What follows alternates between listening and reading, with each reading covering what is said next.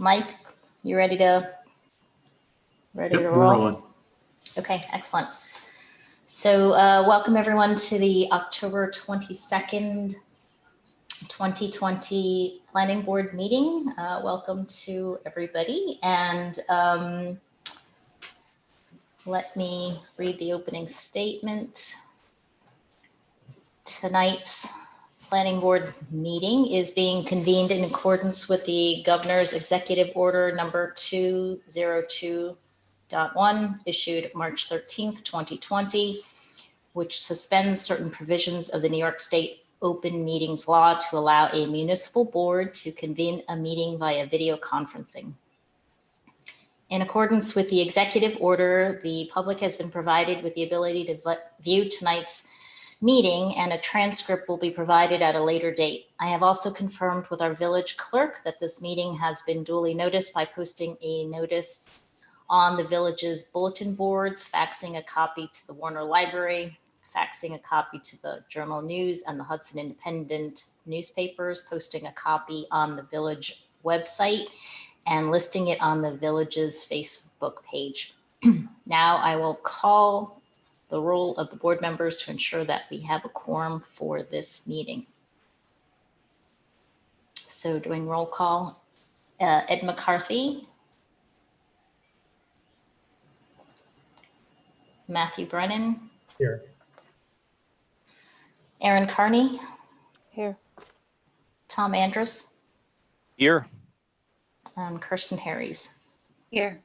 And Marjorie Shu are present. Lindsay Krakauer is absent. And with that, we again have a long agenda this evening. First up is Lighthouse Landing Communities, Edge on Hudson. It's the Phase 1 waterfront open space site plan and wetlands permit approval. Second is Jonathan Villani at 30 Andrews Lane, continued public hearing of proposed townhouse development. And then we have a public hearing for Lighthouse Landings of the Phase 3 preliminary subdivision plat and block OP. Then another public hearing for Edge on Hudson on Phase 2 block F, looking to amend the site plan. And yet another public hearing on GTY New York Leasing Inc. at 215 North Broadway wants to also amend their site plan. And then a public hearing for the Cusick property at 143 Weber Avenue, looking to do a proposed subdivision. And then a preliminary presentation is the last agenda item from Edge on Hudson on block I to amend their site plan. So with that, I think we've got all the applicants for the first Phase 1 waterfront open space. And with that, Mr. Tung or Mr. Chafkin, who's gonna present? I will kick us off, Madam Chair. Good evening. Andrew Tung on behalf of Edge on Hudson. Our waterfront open space group is with me here tonight. Peter Chafkin, and from NBW, Laney McKinnon and Brian Schundler. We last met with you during the September meeting, and since then we've made a follow-up submission that addressed further the comment memos from Woodard and Curran, as well as the village architect.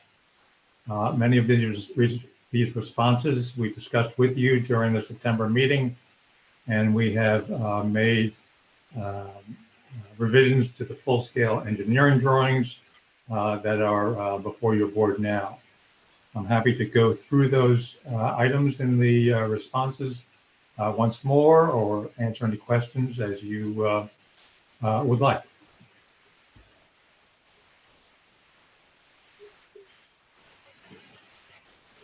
Any other questions for Mr. Tung or WNB?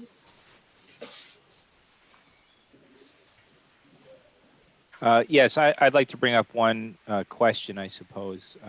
There was, I believe this is the point where there was a question about whether or not there was a necessary railing, right, along the riverfront. And it's been clarified to me anyway that only in the cases where there might be a wall or a step that creates a drop of over 30 inches would you need such a railing.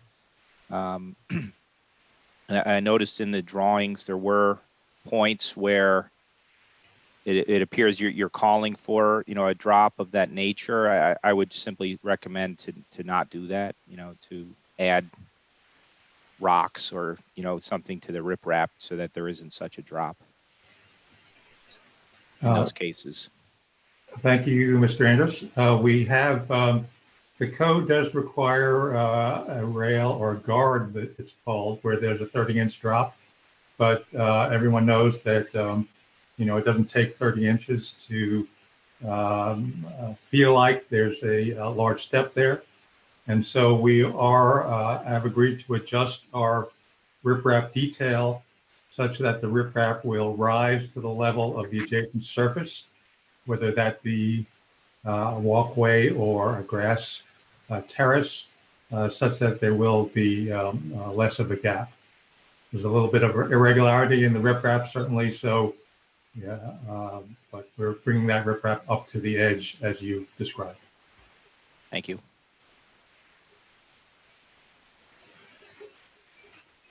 Any other comments? Subsequent to the September meeting, we did have a sidebar conversation with some members of the Board of Trustees, as well as the Public Space Council and some planning board members. And, you know, just to reaffirm that we were all aligned on the vision for the waterfront, which is, you know, it's such an amazingly thoughtful and beautiful plan that the landscape architects have designed. And so we do want to preserve as much openness, and we did just align on making sure across all the village representatives that you know, we had taken into consideration the safety factors while giving access to people wanting to fully enjoy the Hudson River. So I believe we have achieved that alignment, and I appreciate the adjustments that the applicant has come back with. And I believe with that,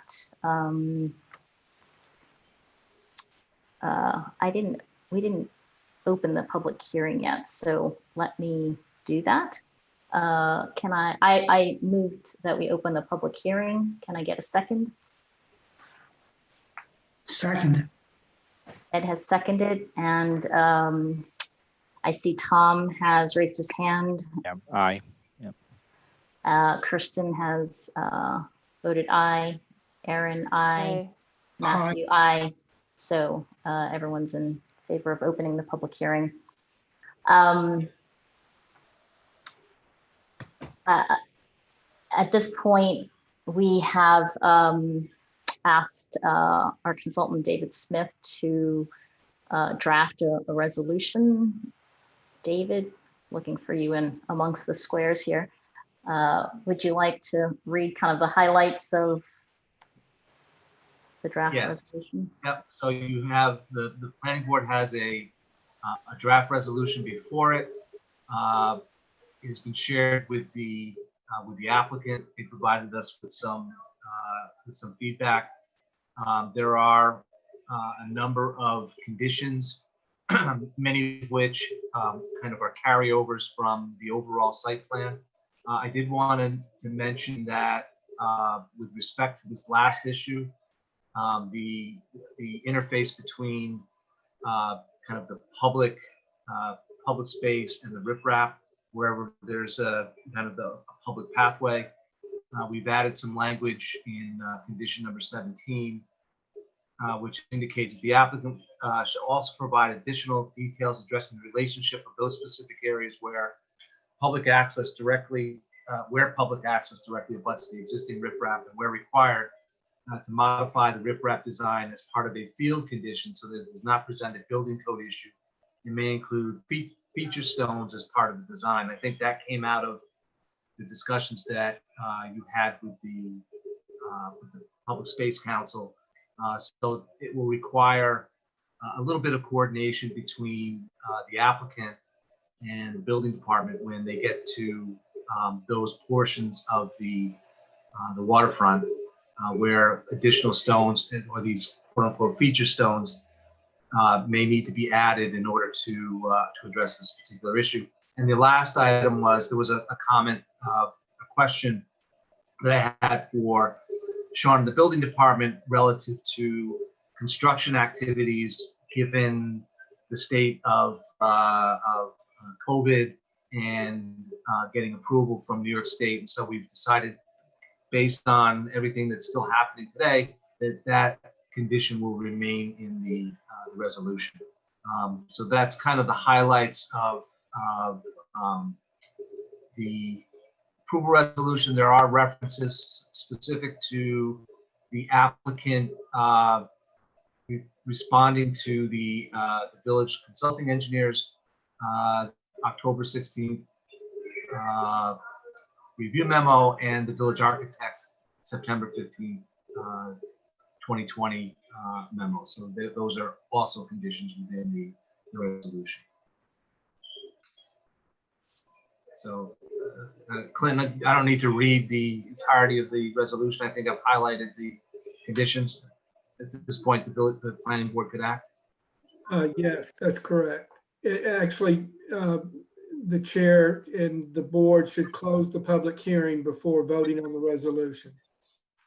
Okay, I move to close the public hearing. Can I get a second? Ask and make sure there are no members of the public on who would like to speak. Oh, right. Sean, are you there? Actually, Marjorie, there are one or two in the chat. Not sure if they have comments. I'm not seeing any chats. And Oh, of the, it's Mark Weingarten would like to be added. right. Yeah. I don't Maybe see that that. happened already. He's already there. Yeah, he's been moved over. Got it. Sorry. Who's hosting this evening? Sean and Mike? I am. Just Sean, okay. All right, so there are no members of the public. I don't see anyone raising their hand, so with that, I move to close the public hearing. Can I get a second? I seconded, Marge. Thanks, Ed. And going around, Matthew, Aye. Tom, Aye. Kirsten, Aye. Aaron. Aye. Okay, so we've closed the public hearing. And now can I get a motion to approve the resolution? I still move. Seconded. Okay, Matthew moved, Thomas seconded. Marjorie vote aye. Ed, Aye. Kirsten, Aye.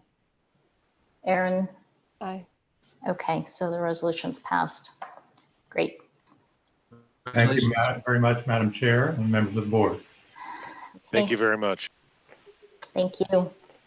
Looking forward to a beautiful waterfront. So are we. Okay. So I see Jonathan is been moved over as a panelist.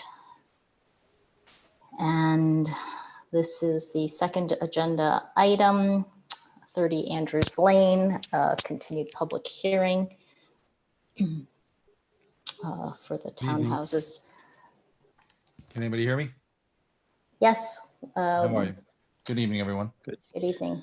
My video is not working as of yet. I'm trying to work it, but as I speak, I'll try to work on that. We've recently submitted a revised set of plans to the building department as well as the third-party engineer consultant. Hopefully addressed a majority, if not all, of the comments that were issued by James Nattarelli as well as Sean McCarthy. There were 3 comments made by James Nattarelli, which I've addressed since and emailed 3 drawings out referencing those edits on the plans. We're just hopefully at a point where we can close the public hearing. Well, first we have to open it. So I move to open the public hearing for 30 Andrews Lane. Can I get a second? I second it.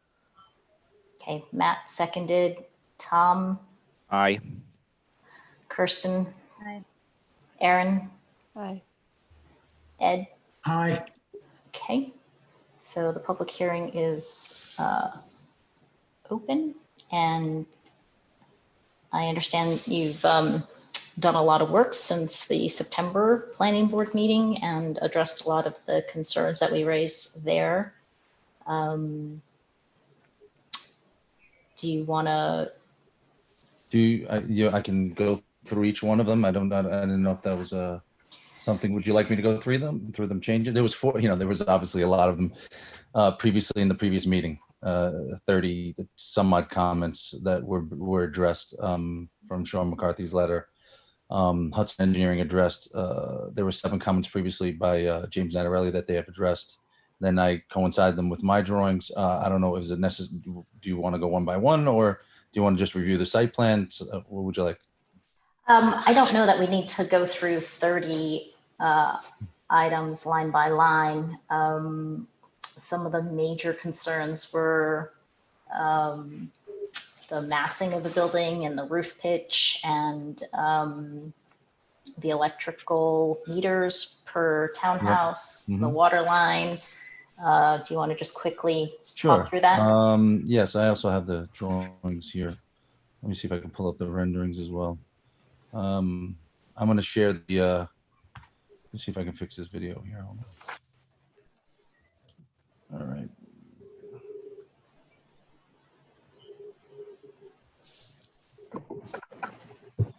And does everyone see the screen? Yep. Okay, so this site plan, which is has been worked on extensively, has addressed comments that were issued by James Nattarelli as well as Sean McCarthy. We've most recently, over the last few days, have spotted the electrical meters and gas meters at the front of each building, but trying to hide them at the returns of the buildings where they jump in and out of in spacing. So we're hiding them on the corners of the buildings. I'm going to see if I can blow this up. So there's a note we recently submitted where these gas meters, the electrical meters, we emailed the drawing out. This is not the most recent one, but we already emailed the drawing out where the gas meters are. We'll be stacking the gas meters and electrical meters hiding on the corner of the building. We've extended the islands in the center of the courtyard to be all to be even. As per request, we've addressed walkway issues as well as locations of garbage, recycling, and landscaping, as well as the actual elevation concerns that were issued by James Nattarelli. I'm going to see if I can pull up the rendering, or I have the landscape plan. We've also addressed the native plantings that were a concern. We've addressed that on the landscape plan.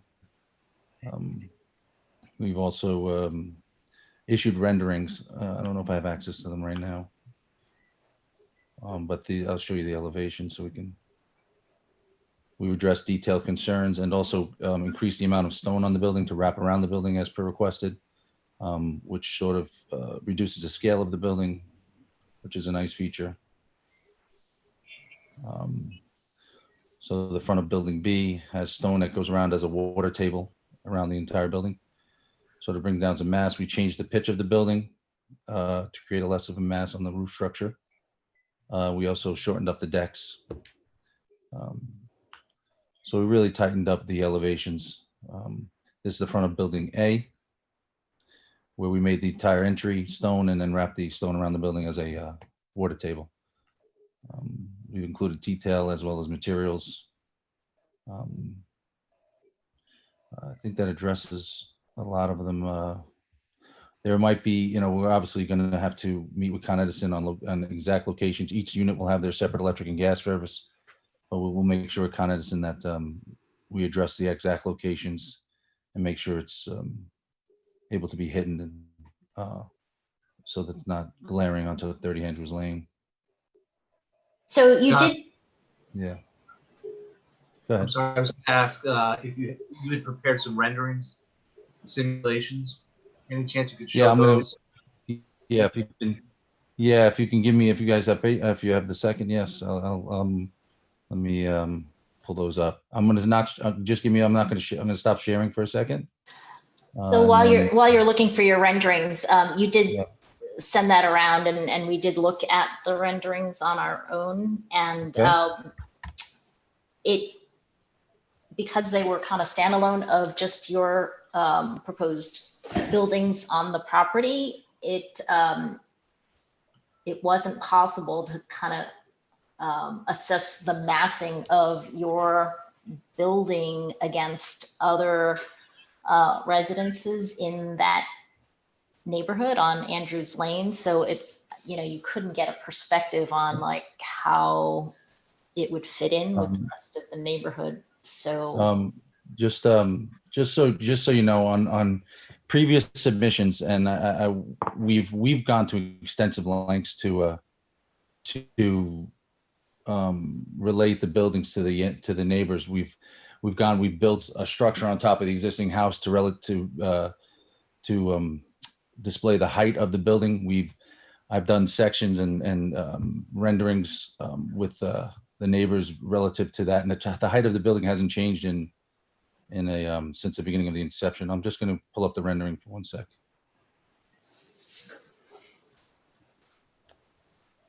I would say the pitch of the roof looks better. It's not as obvious. 1 second. I'm going to get there. 1 minute.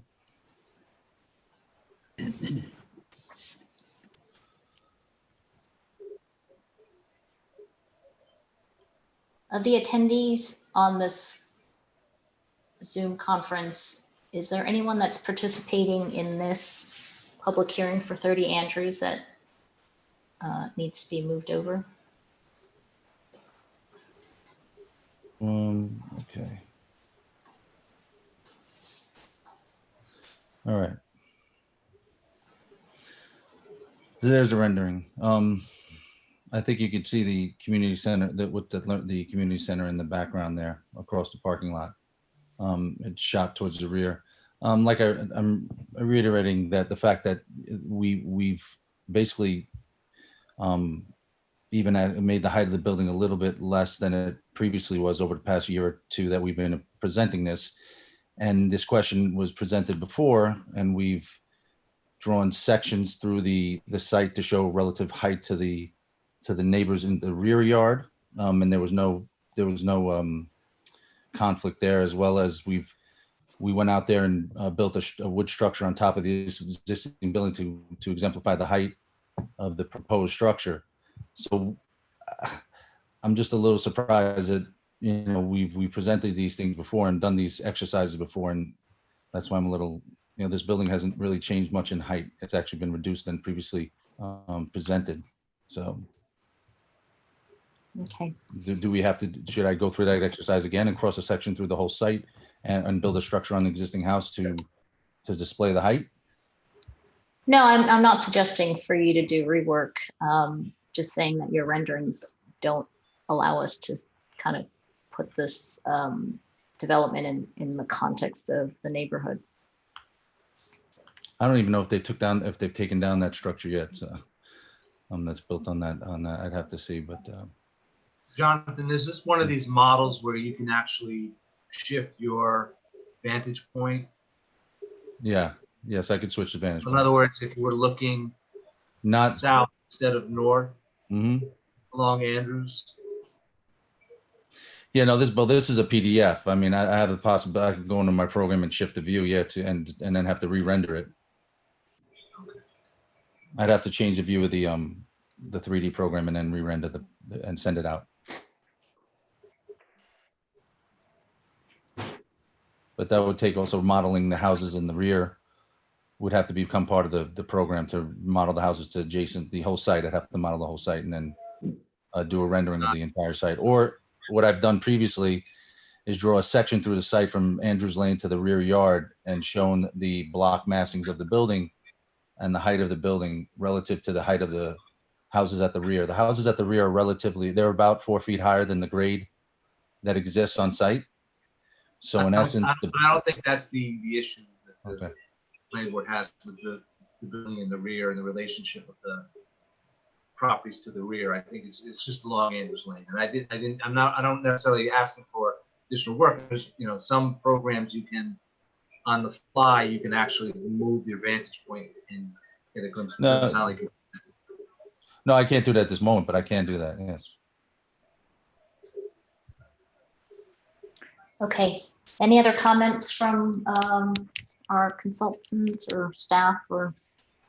Yes, I have a couple of comments or questions about the site plan. So I, as Mr. Valani mentioned, that I had the memo and virtually all of the comments have been addressed. I appreciate that the water main was moved from one side of the building to the other, and now it's in a proper easement, and that'll be dedicated to the village. And I appreciate that you turned around the other comments, the last three, so quickly. I just wanted a point of clarification on that last submission. You're showing a temporary water line coming in on the logistics plan.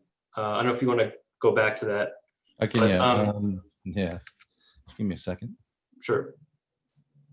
And you know, you're labeling it with a backflow preventer, which I appreciate you doing that. What exactly, could you just state for the record what that line is going to be used for specifically? Yes, just bear with me. I'm trying to, let me pull that up really quickly. I can do that in a minute. It's going to be used for, you know, for concrete mixing. Obviously for, you know, for safety in case something issue, you know, there's also it's a dust, you know, dust and debris. When there's dust and debris on the site, we're able to wet down the dirt. There's the multi-use for the temporary water. Okay, thanks. I just wanted to make it clear because it does terminate behind the trailer. Yes. I wanted to make that intention clear that it wasn't being used to feed the trailer for anything.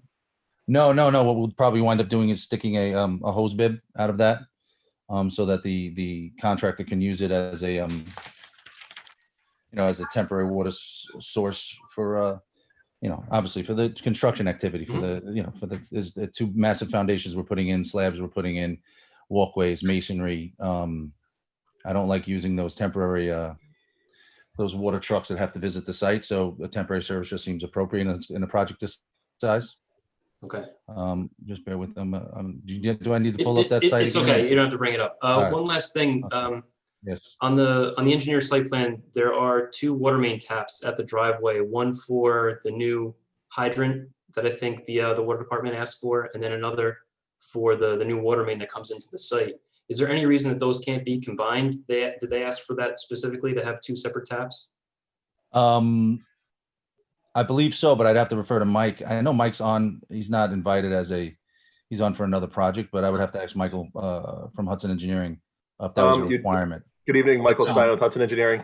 Sorry, Jonathan. That's all right. I'm just trying to open up the drawings on my end so I can take a look.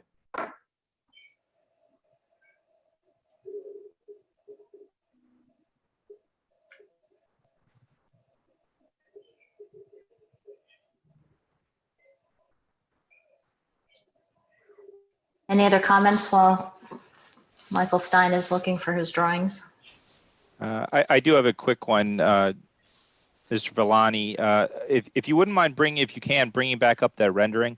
Just a quick point on, I guess, the south facing, I think it's unit 1, being that it's so open to the view. I mean, it's right there on the rendering, kind of right-hand side of the screen. Mhm. Might make sense, and this is as the planning board also serves as the village architectural review board.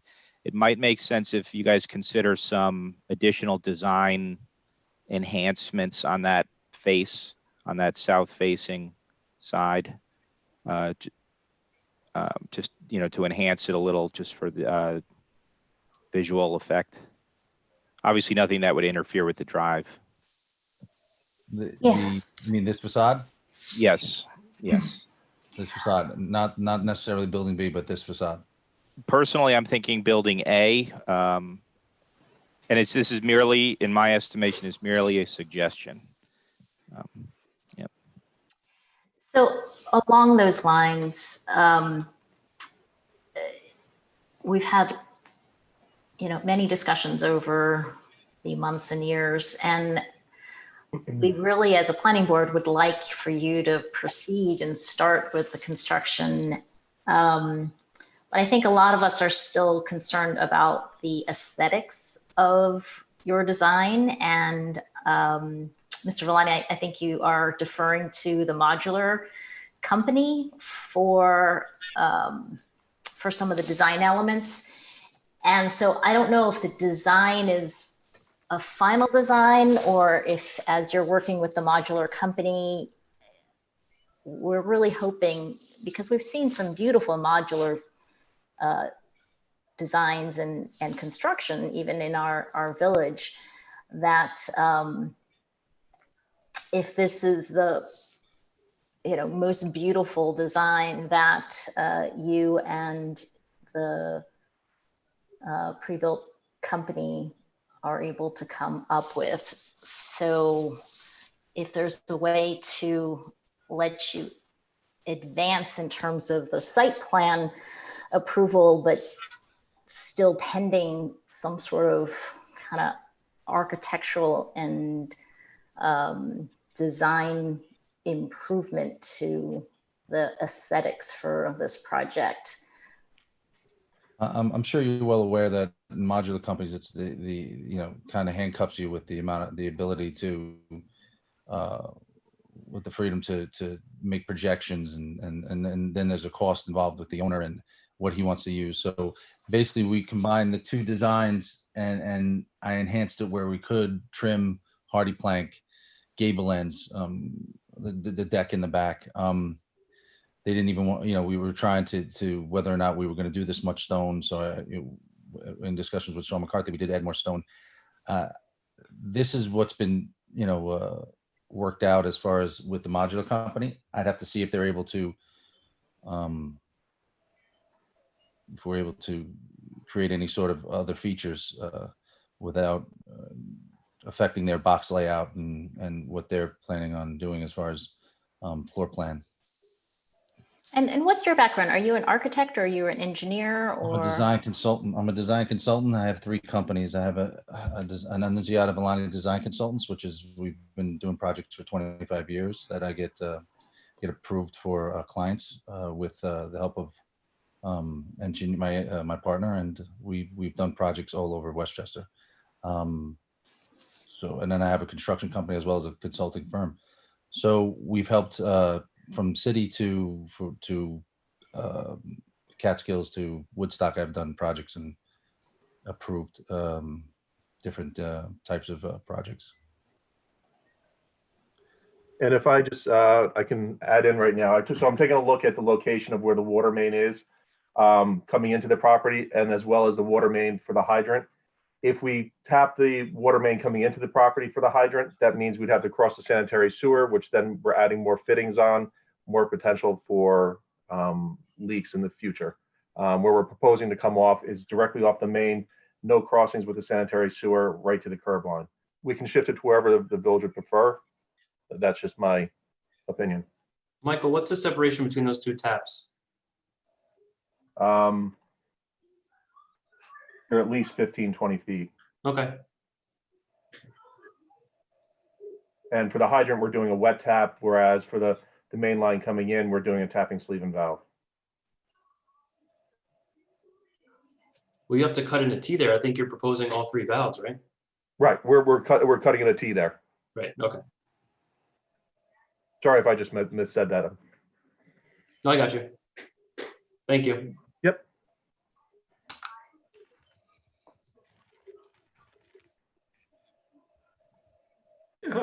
Ms. Shu, if you do want to ask for more design enhancements or review the enhancements as they are finalized, you can close this public hearing and authorize the development, but keep open the issue of site plan, I believe, or excuse me, the issue of the Architectural Board of Approval, I believe. And that would let the applicant proceed with his construction drawings and then come back to you for review of those drawings. I think that's a good way to proceed so that we can make some progress here. And I think it would be helpful if Jonathan and his group could coordinate with Sean and as the village architect with the preparation of the more detailed facade designs. Okay. And I would say, also going back to where we started, I think that a number of people would like to see the rendering looking down Andrews Lane, as Mr. Smith asked about originally, to give a better feel of what the building will look like.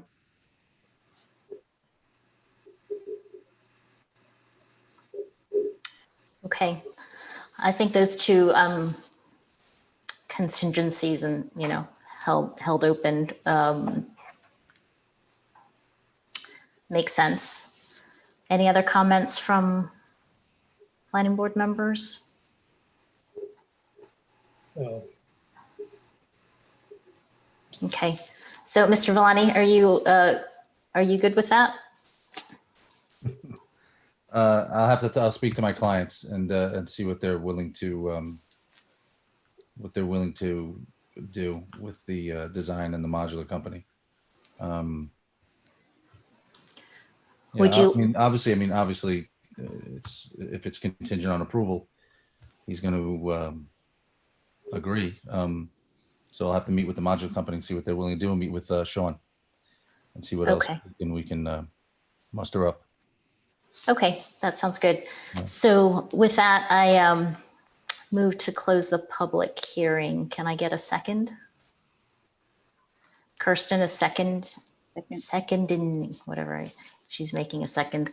And then going around, Matt, aye. Aaron, Aye. Ed, Aye. Tom? Aye. Okay, so the public hearing is closed. And so we'll ask Dave Smith to draft a resolution that will be shared with Mr. Villani. And at some point when you're ready, we'll look forward to you coming back with the exterior design for the property and some perspectives on how the street will look with your new development. Thank you. Okay, thank you. Okay.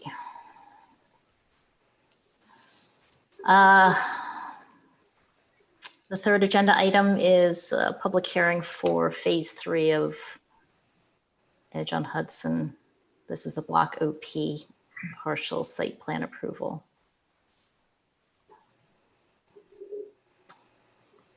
So we have Andrew Tung, Peter.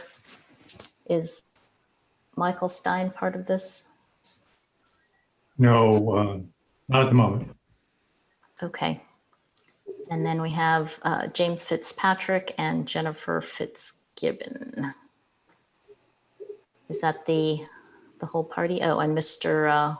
Weingarten needs to be added.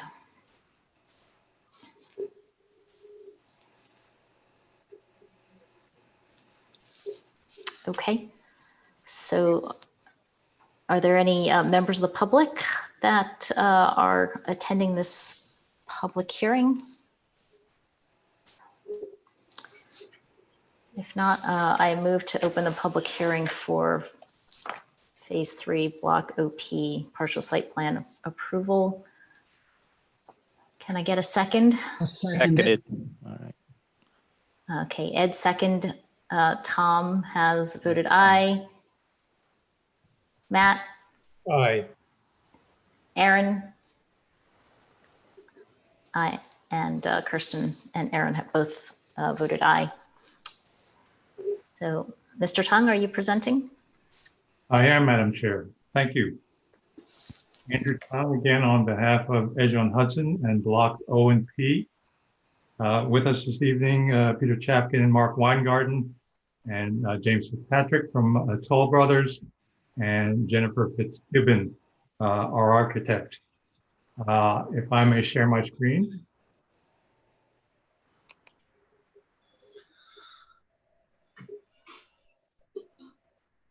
As you may recall, we were before you last month to introduce the idea that for the section of Block O and P, across from Block J, sharing Palisades Boulevard, we're proposing a Phase 1 of O and P, Townhomes 1, for 20 townhomes facing the townhomes in Block J. And I'll just note at the beginning, I did in on your work session, and for Block O and P, this was always townhomes in the approved RDCP. So we are continuing in front. In fact, these specific townhomes were much the same as were shown in the RDCP. What we had proposed is in response to very strong market demand during the past several months, that we break up O and P while we are finalizing the design of the balance of this block. As these units directly facing other units on Palisades Boulevard, we felt were appropriate to face the Block J units and to reflect the kit of parts that was utilized in Block J in a slightly different manner. Excuse me. And Jennifer Fitzgibbon will describe both the Block J townhomes and what's proposed for Block O and P in a moment. So at our last meeting, we introduced this idea. There would be 4 blocks of townhomes, a total of 20 that would face on Palisades Boulevard. They would be connected, as were the Block J units, by an alley or a private drive within Block OP that would run around the back and have rear-facing garages. One of the questions that was raised during our last session was, how does this fit into the balance of O and P? While that plan is still being developed, here we have an excerpt showing a concept plan that shows those 20 units here along Palisades Boulevard. And then generally the blocks for the remaining townhome groupings along O and P, within O and P. And as you may recall from the master plan, the RDCP, and similar to Block J, we have units facing the 3 streets. That is the balance of Legend Drive, Hollows Pass, and also the 3rd section of Tappan Zee Park. And then a number of units on the interior facing the interior drive. So in that manner, it's similar to what was in the RDCP, similar to the treatment of Block J. And we believe that this plan will be, which is currently being finalized, will be presented to the board for site plan application in the early part of 2021. With the submission this month, we've included a full set of engineering drawings for these first 20 units. As I mentioned, there would be an alley that runs behind the units. There would be an interim connector between the two alleys, if you will. As I showed in the prior scheme, it's likely that these alleys would diverge and go into the interior of P and then the interior of O, and that the connector between Legend Drive and Hollis Path, whether it be Sleeper's Haven or a private drive using the same alignment, would eventually run through that gap between these two groupings of townhomes. But for now, for ease of access for both residents and emergency services, we would build that temporary connector.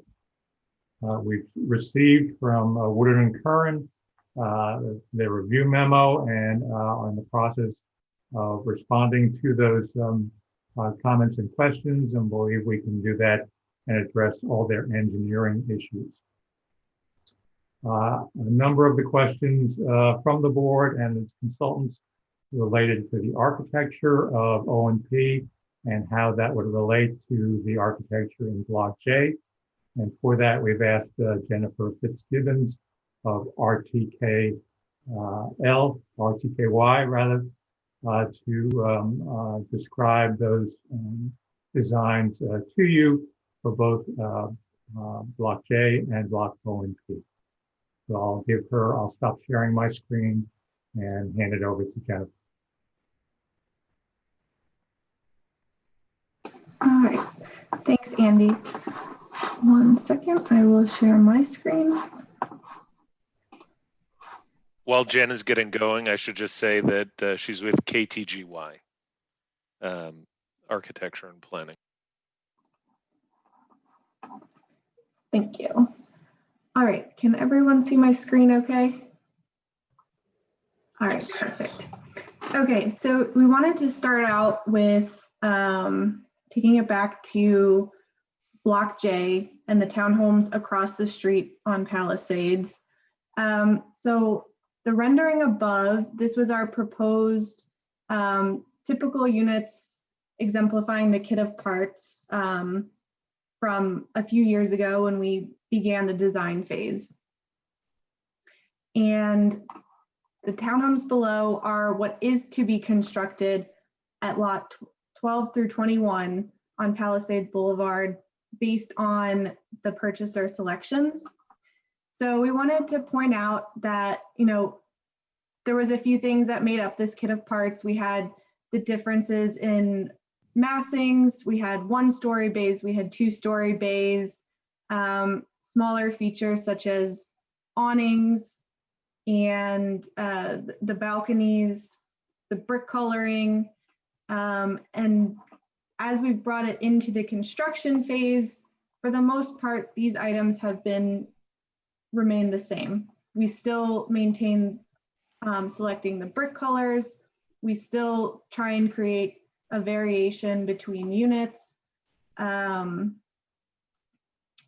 Sometimes, you know, we based on the purchaser selection, sometimes some of the units will be next to each other instead of having the variation, but we find that with the other pieces of the kit of parts that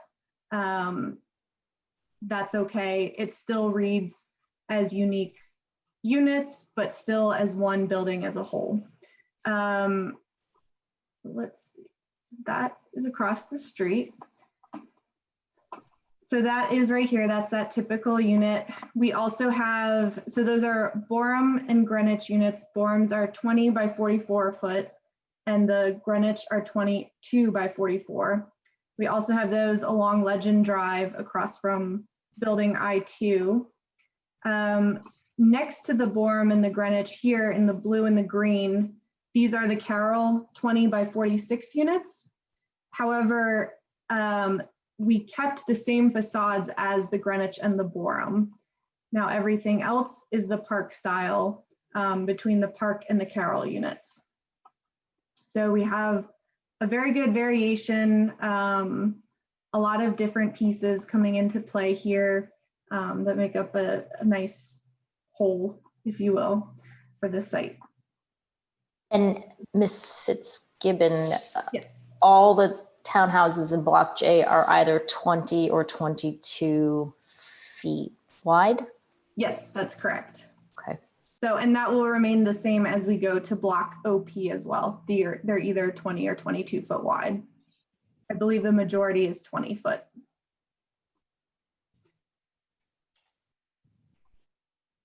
And so here, this is what has been built at Block J. This is the park units from lot 67 to 72. These are the model units. So we wanted to share how, as it's been built, the kit of parts has been exemplified. We use, again, the variations on the brick colors to create distinctions, as well as using a mixture of precast features and brick band features, depending on which elevation is selected. Purchasers do have some say in what they select. However, there are a few guidelines that kind of restrict them based on the site plan and what units can go where. We actively try to keep every lot a different unit if possible. Again, sometimes it happens where a purchaser would really like one unit. And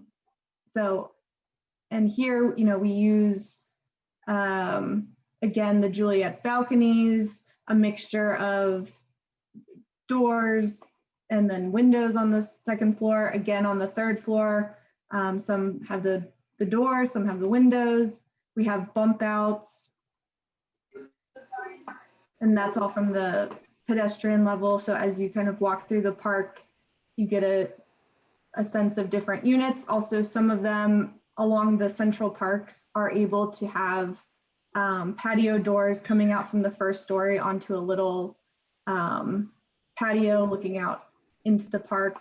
Again, that depends on what selections the purchasers have selected, as well as which units. Jennifer? Yes.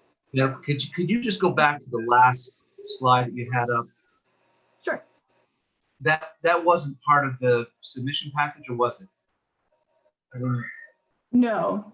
Was okay. Dave, Thank this is the one that we added. We added this in follow up to the email that you sent me yesterday, clarifying and requesting. And this is, I think this is very helpful, at least for me, and hopefully for the balance of the planning board, to understand how you've been able to mix in the different types of units. It looks like you have 4 basic units, and then you've got some variations on a couple of the different units. Yes. But Marjorie, I think this was the graphic that I was hoping that the planning board would have. So now the planning board has a better understanding of, all right, here's how this mix of the kit of parts has been mixed in throughout the Block J. And I think this provides you and the balance of the board with a better understanding of how that's been implemented or how it will be implemented. So you can have a better understanding of, or make a more informed decision regarding the proposal for O&P. So thank you, Peter. Thank you, and Jennifer, and Andy. This piece of information I think is very helpful. Great. I'm glad to hear that. The one sort of color that I'd layer on to. But this is Block J. This is not Block OP. Correct. Yep. Correct, Madam Chair. We prepared this. This first part of our presentation is trying to be responsive to the questions that were asked at the last meeting regarding, paraphrasing, show us how the kit of parts has been implemented in Block J, so we can understand that it makes sense for us to consider a kit of parts for Block OP1.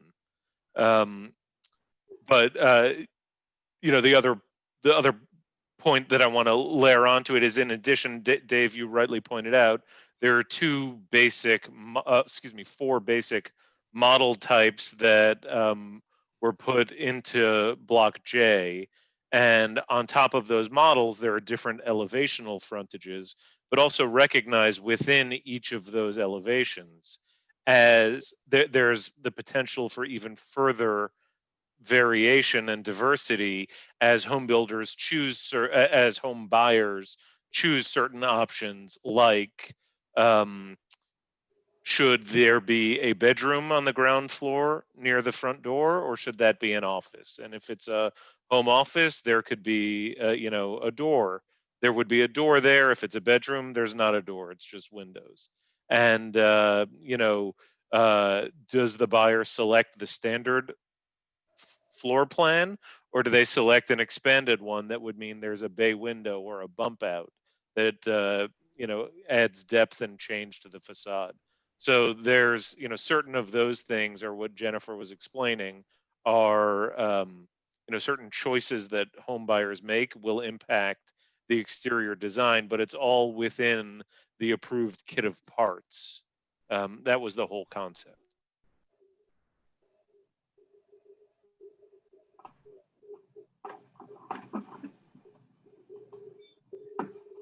Jen, do you want to take it back? Sure. Yeah, so as Peter was saying, yep, there are different floor plan options that begin to also change the front facade, such as those patio doors. And then again, as you move on to the second floor, you know, you can get a different, completely different layout depending on the unit.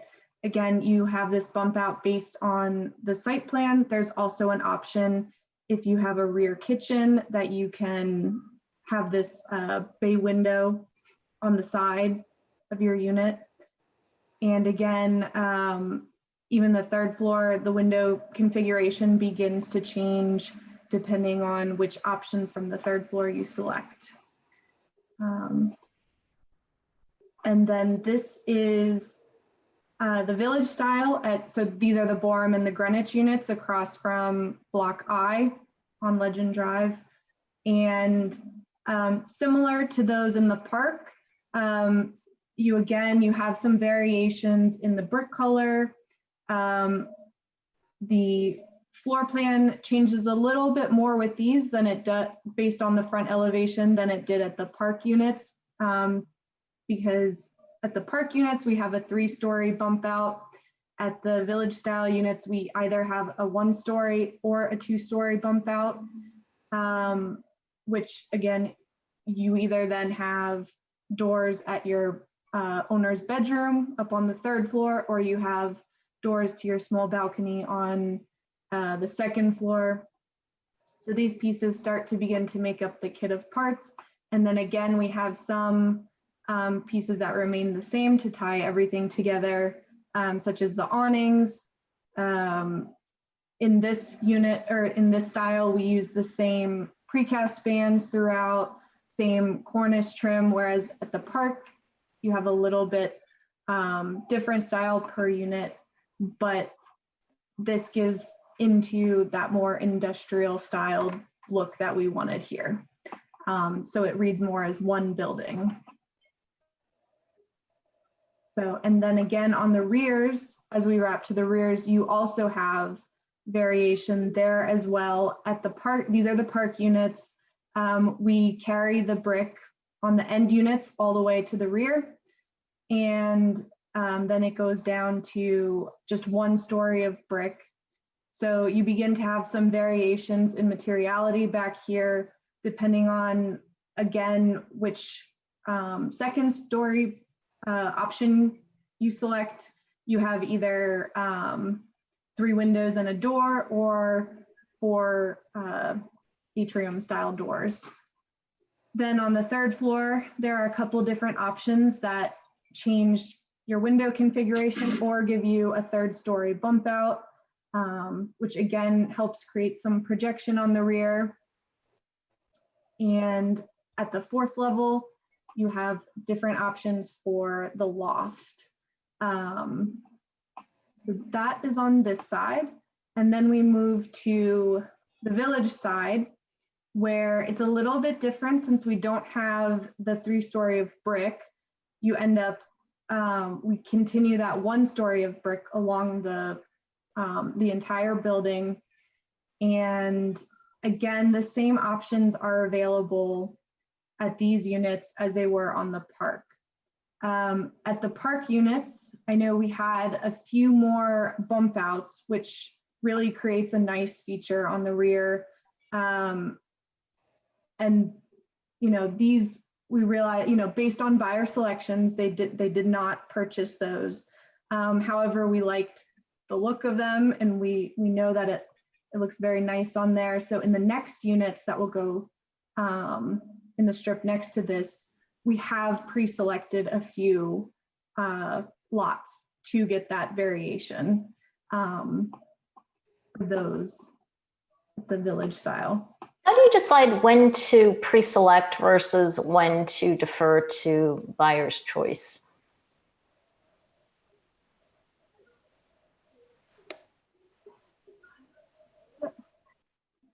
I think it depends, and James, maybe you have a better knowledge of the purchasing stuff. I think it's kind of a two-part from what I understand. You know, we can, you know, once we see, I think most of these were actually purchased prior to, you know, they opened up and they were purchased. I think sometimes some of the lots, we have a little bit more availability to do that, depending on which units. And I think as we've moved forward and learned about the buyer tendencies, we've been able to pre-select and predict what can go where.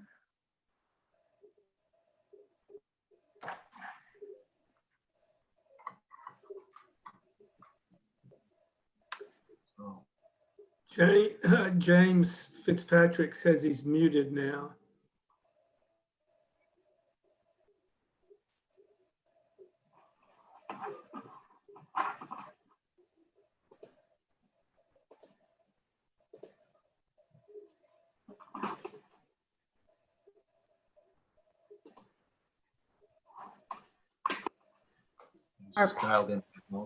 Are panelists not allowed to unmute themselves? It looks like the issue is James dialed in by his cell phone or his office phone. So while his video was made a panelist, his phone number wasn't. But James, why don't you put in the chat what your phone number is, and they'll be able to make your phone number a panelist as well.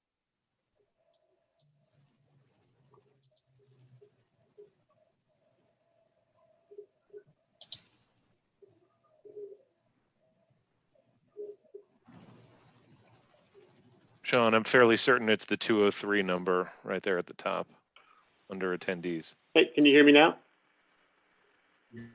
Yep, we can hear you. Oh, great. Hey, Madam Chair. So to go back to your original question about, you know, what prompts us to pre-select. So a lot of, in the beginning of the job, a lot of that was based on pre-sales, and we were looking to start, home construction prior to having pre-sales in the building. So we did go through some great lengths to make sure that we are pre-programming variability into the homes. You know, what we did do from the outset was that we spent a little bit more time and a little bit more money making sure that we developed composite foundation plans. So any foundation that we put in the ground, we can build any permutation of the home on top of that. So whether somebody wants to do a first floor bedroom with a full bathroom or an office with a half bathroom, whether they want their kitchen in the center of the home, the kitchen in the rear of the home, they want 2 bedrooms on the 3rd floor, or 3 bedrooms on the 3rd floor, or any of the 3 permutations of rooftop terrace that we offer. All of that can be built on the same composite slab. So we have a lot of flexibility that we can offer our customers even after we start construction. So what we did was, if you recall, flip back to the color-coded site plan, right? There's 4 different plan types. Of those 4 different plan types, we have certain homes that are what we call high visibility homes. So those are the ones that are at the end of the building that are facing either public open space or street. So those are handled differently, and we developed specific elevations for those homes. And those elevations have some predetermined variability in them. They're just baked into the design of the elevation, like Jen had walked you through earlier. Others have, our customers have the ability to continue to add to that variability depending upon how they want to use their home, right? On the first floor, second floor, third floor, fourth floor. So that's kind of our company's business model. We are a production custom luxury home builder, and we put some great thought into how do we program our homes so our customers can come in and have as many options as they can have available to them, so the home lives how they want to live. To the extent where if you go onto our website, one of the biggest selling tools that we have is a functionality called Design Your Own Home.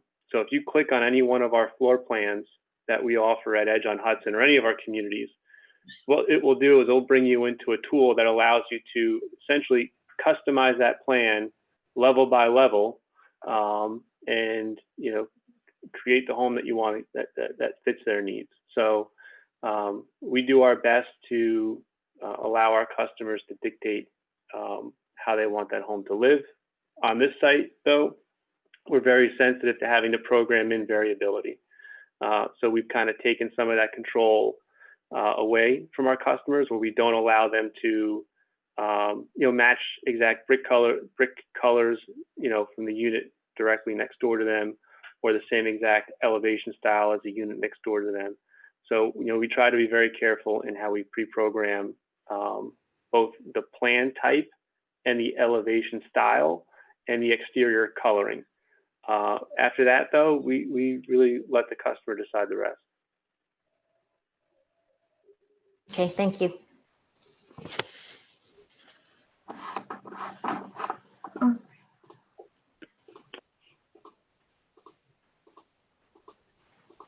Okay, so next is so this is the constructed block at the lots 12 through 16 at Block J. And then this is our proposed Block OP strip at units 1 through 9, or 9 through 1. And we wanted to show that there For are— clarity, sorry, Jen, 1 sec. Just for clarity, these units, these are the Block J units, 2 of the buildings that have already been fully programmed along Palisades Boulevard. So it's to show 2 buildings that are basically across the street from one another. Yes, yes. And so we wanted to show that, at Block OP, we want to make sure that it has some unique features that make it its own block, while still kind of blending and tying in with the original Block J townhomes. So what we've done is we've kind of taken the overall massing of Block J, brought it into Block OP. We've begun to upgrade some of the materials using a cultured stone instead of the brick facade, and then tying in some of the other features such as the siding up on the 3rd story, as well as some paneling features. Now we have changed it again to make it its own, and then to also bring in those panels as pieces of the kit of parts for Block OP. So we bring in a couple different looks with kind of this louvered panel in the middle, as well as a very clean trimmed panel here that goes up to the 3-story. And then let me go to the next slide. And this is the rendered elevation. So what we'd like to do is bring in 2 different stone colors, and then also 2 different siding colors above, to create 2 different unique color schemes that tie in with each other, and but still blend to create a nice look across the entire building. And the cementitious lap siding will be a wood grain panel. So here are the 2 color schemes, and then tying in certain features for both color schemes, such as the paneling using just 1 color, so it just reads as one nice whole, And then bringing in some of the colors from Block J as well, such as the trim at the coping, the frieze boards, the black railings, black windows and doors, same garage doors, and then same awning features, dark downspouts and scuppers. So we have this piece here, and this one is where you have the 2 end units as one color scheme, and then the 2 or 3, whichever it would be, in the interior units as a second color scheme. So is this, Yep. Sorry, Madam Chair.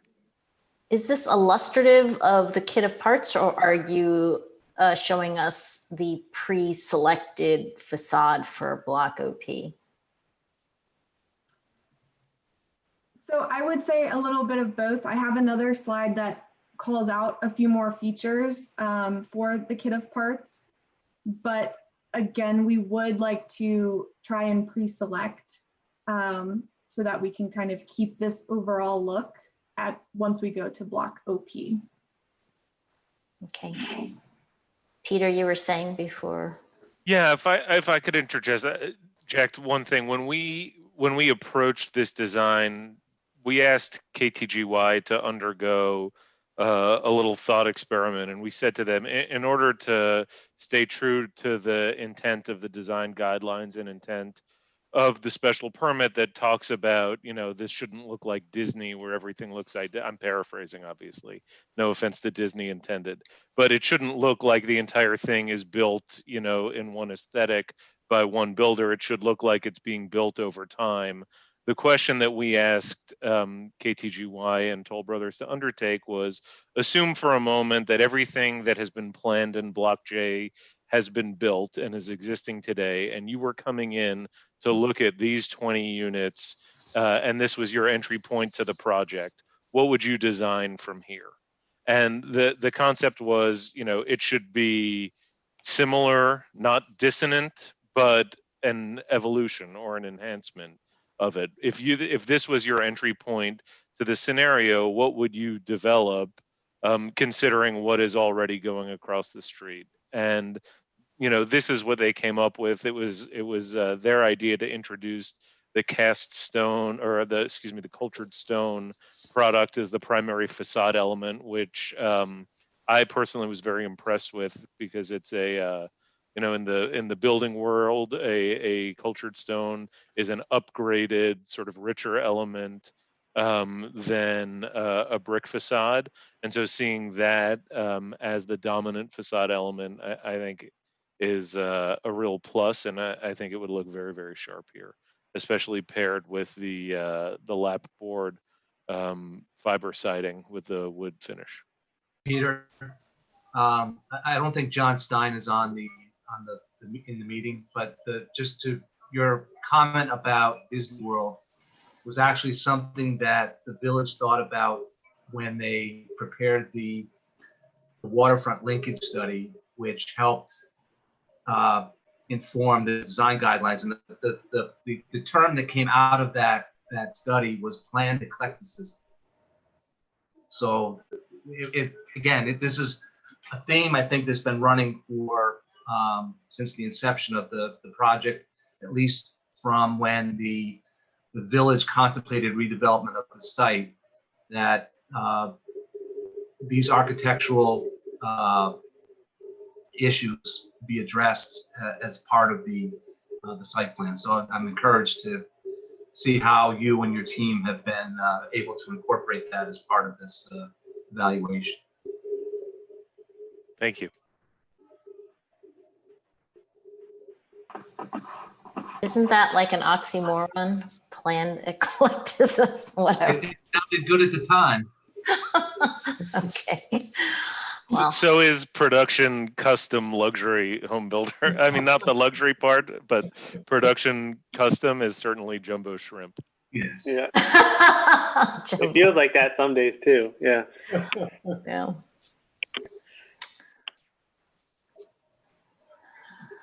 I can't wait to use cementitious in a sentence, though.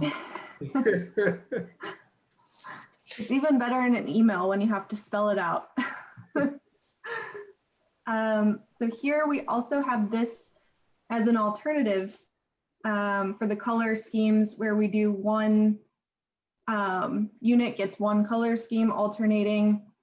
This is kind of a secondary. I think, you know, you still get the look with the first one. I think it blends a little nicer. But we do understand wanting to keep a distinct kit of parts and making sure that units look unique and as individual. And so here, Jen, if you just flip back. So for the board, just to make sure everyone understood that, the primary difference here between this and the first one that you saw is this has the middle unit is of the lighter cultured stone. It's basically of the lighter color palette, as opposed to in the primary one, there's you know, 3 in a row of the same color scheme. And you know, you know, I think you know, there are valid arguments either way for both designs. This one to me certainly blends more, and I think that has the potential to look really sharp. At the same time, there's certainly, from the other alternative, there's more obvious variation between the units. Although, you know, in its built form, it could have more of a striped effect, which is maybe less desirable. But, you know, where we understand the board's desire for variety.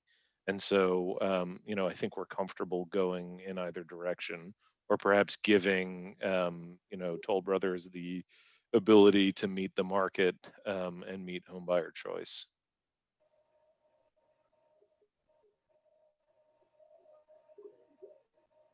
all right.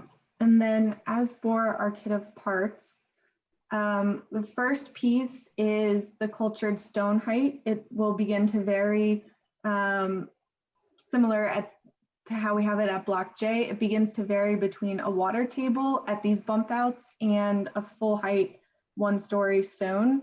So as you're walking along, it will create a very nice variation between units as you're walking down the street.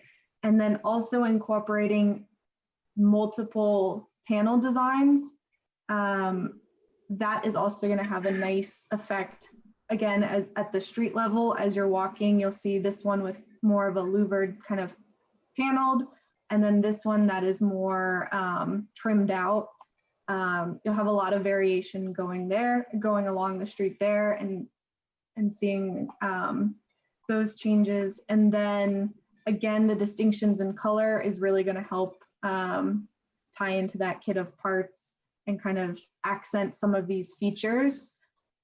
And then again, we do tie in some of the same materials from Block J, so it's not completely new and stark.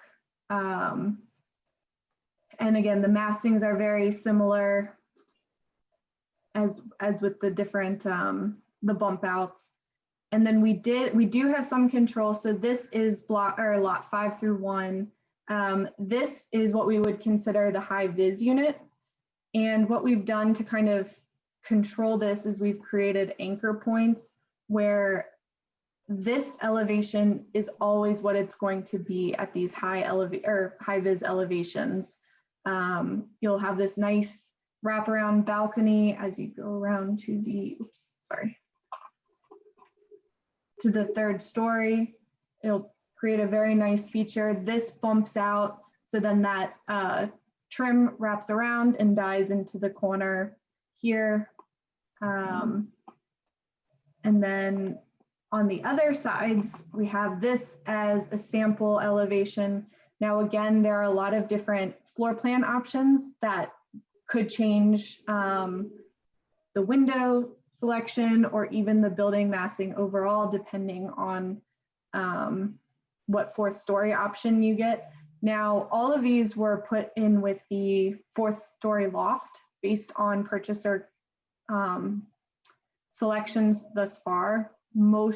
everyone has purchased some sort of a loft area on the 4th floor. But again, so at this unit, you could have that bay window similar to what we saw on the park units.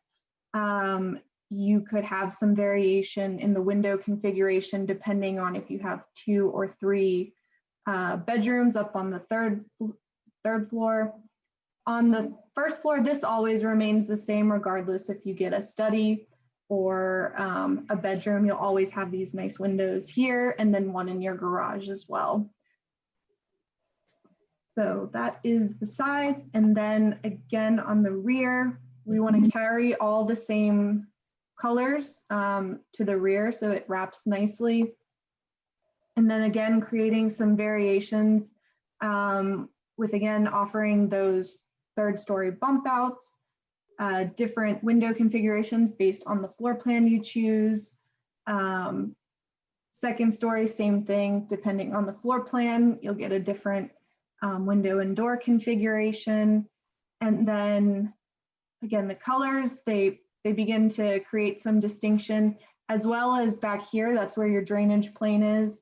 And so we have these nice accented dark bronze gutters and downspouts that begin to create some vertical lines in the strips themselves.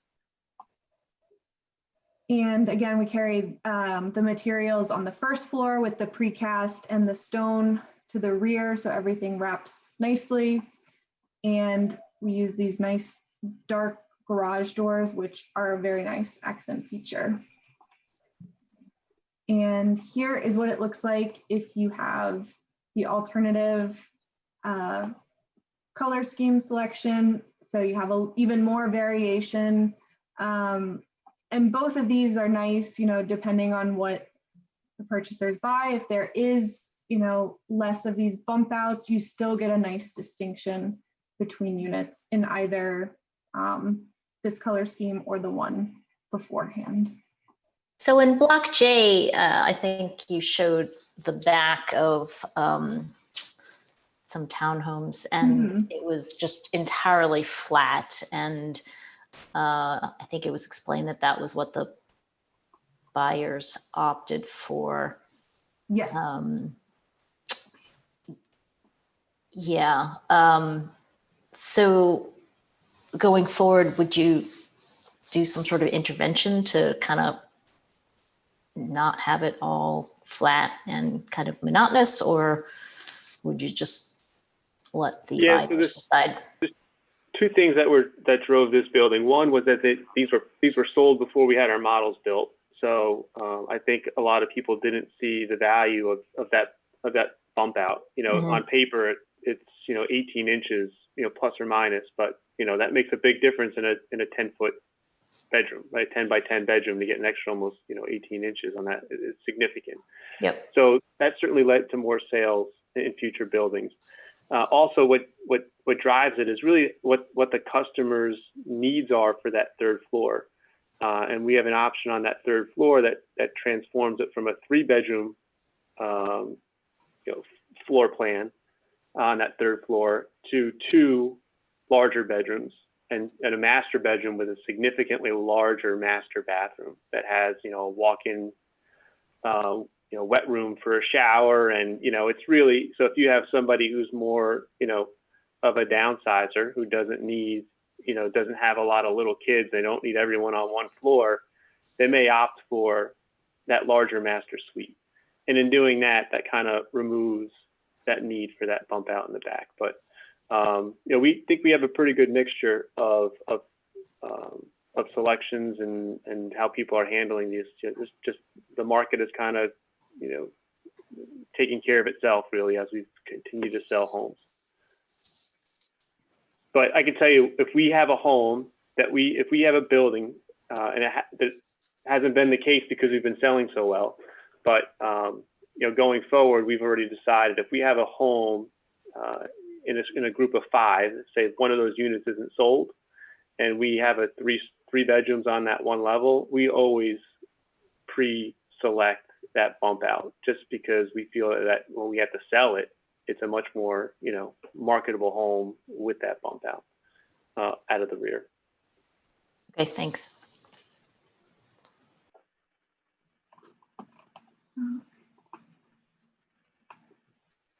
That is where we landed on the rears. And then this is the base floor plans.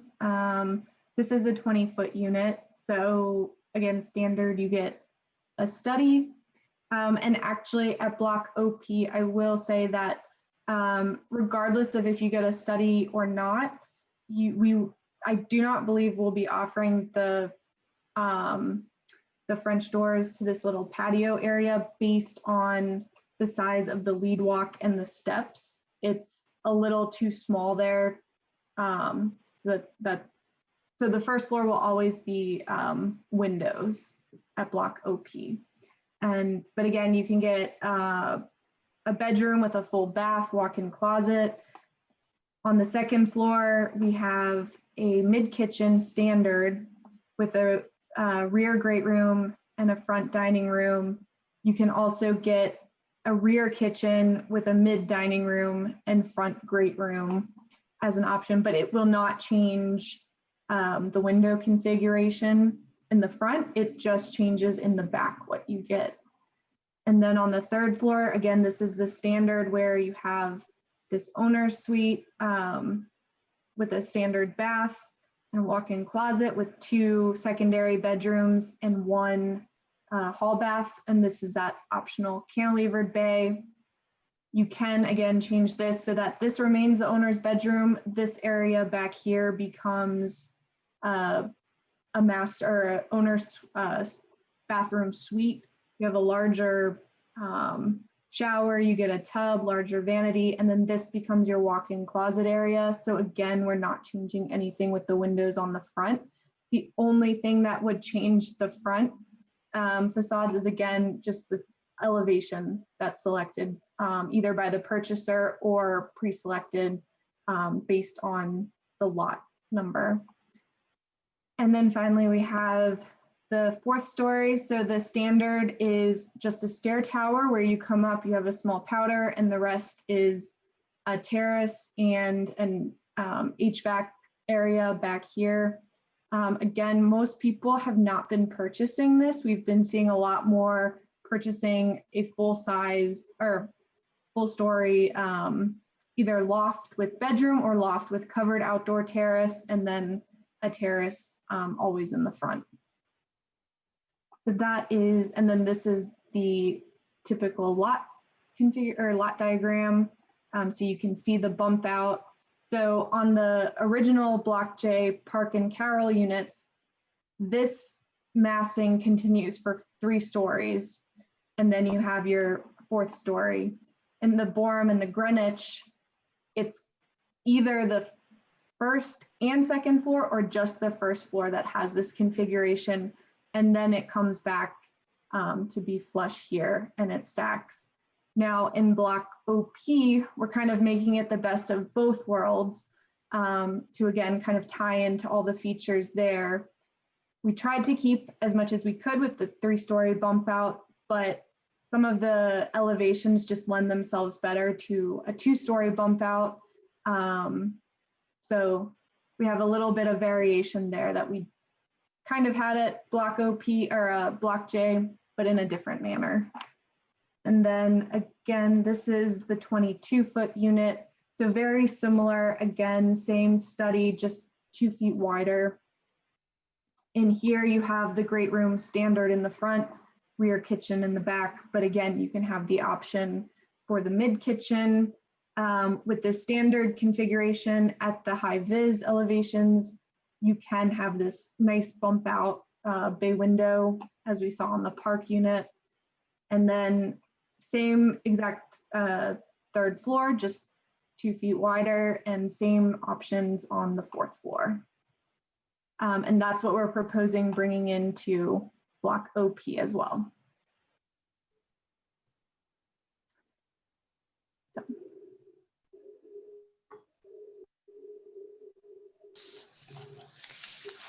I understood that Block J had a variance for the elevation, which obviously OP does not have that variance. So there should be some variability in height for the townhouses in OP, correct? Between the units or? Well, both, between J and OP as well as within OP, so that they're not all the same throughout the block. You know, that's an interesting point, Madam Chair. We have to look into that right now. That's actually something we hadn't considered yet. There was a height variance that was issued in Block J that just covered the first buildings along Legend Drive, because there was a height limit that went that kept them at, I believe it was 42 feet. Sean or Dave probably remember. But if Jen, would you flip to the second slide, please? Sure. Oh, sorry. No, maybe it's maybe Andy would need to flip. But well, here I can show it here. Judging by this, my recollection is the height limit fell somewhere right behind that first building.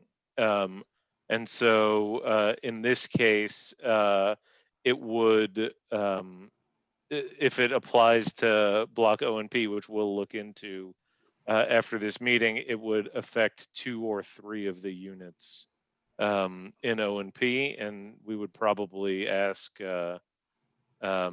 seek to have that modified as well, but we'll have to do that with the zoning board if it does in fact apply to it. Yeah, Marjorie, it may have come up as part of the work session or part of the prior meeting about the variation of 3- and 4-story building height along Hollow Pass, and that is actually an issue that was in the original 2007 environmental findings, that's where there needs to be some variation in height. So that's probably part of a subsequent phase of evaluation when that part of the site plan comes in with the balance of O and P. And I think it extends as part of P, and I think it was maybe Block Q, if I remember correctly, Peter. But it's any of those townhome units that front along Hollow Pass, which fronts on the buffer area that fronts on Kingsland Point Park, needs to have some variation in building height between 3 and 4 stories. Those units, as you said, will be covered by a subsequent site plan, a subsequent application.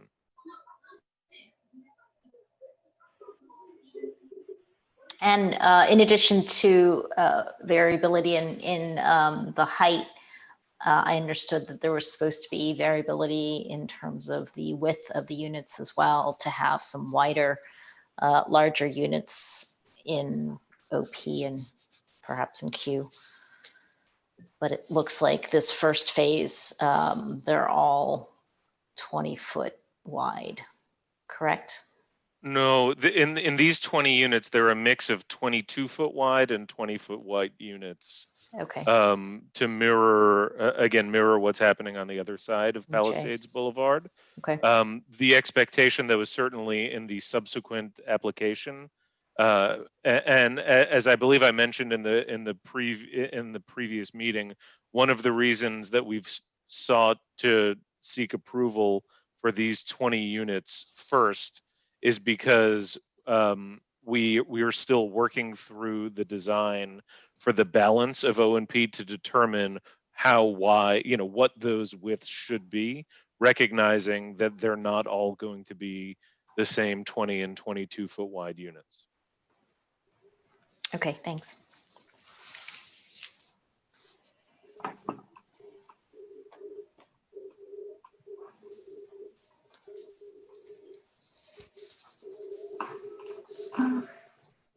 What else did you want to share?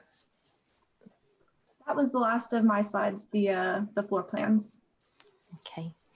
Yeah. Maybe, Mr. Tung. One more point to make. Sure. If I may take the screen back from Jen. Yes.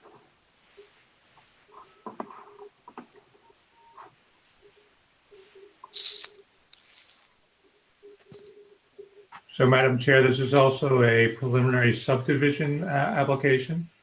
As was the case in Block J, smaller parcels were made to encompass each of the connected groups of townhomes. So what's proposed in this first phase is that 4 parcels be created that each encompass one of these 4 groups, and the balance of O and P remains a common parcel for the moment. As part of the latter phases of site plan, there'll be additional subdivision parcels proposed at that time. But in that slide, the second slide on the left, you started to sketch out some of the building shapes. Yeah, so each of these blocks, groups of townhomes would be their own subparcel.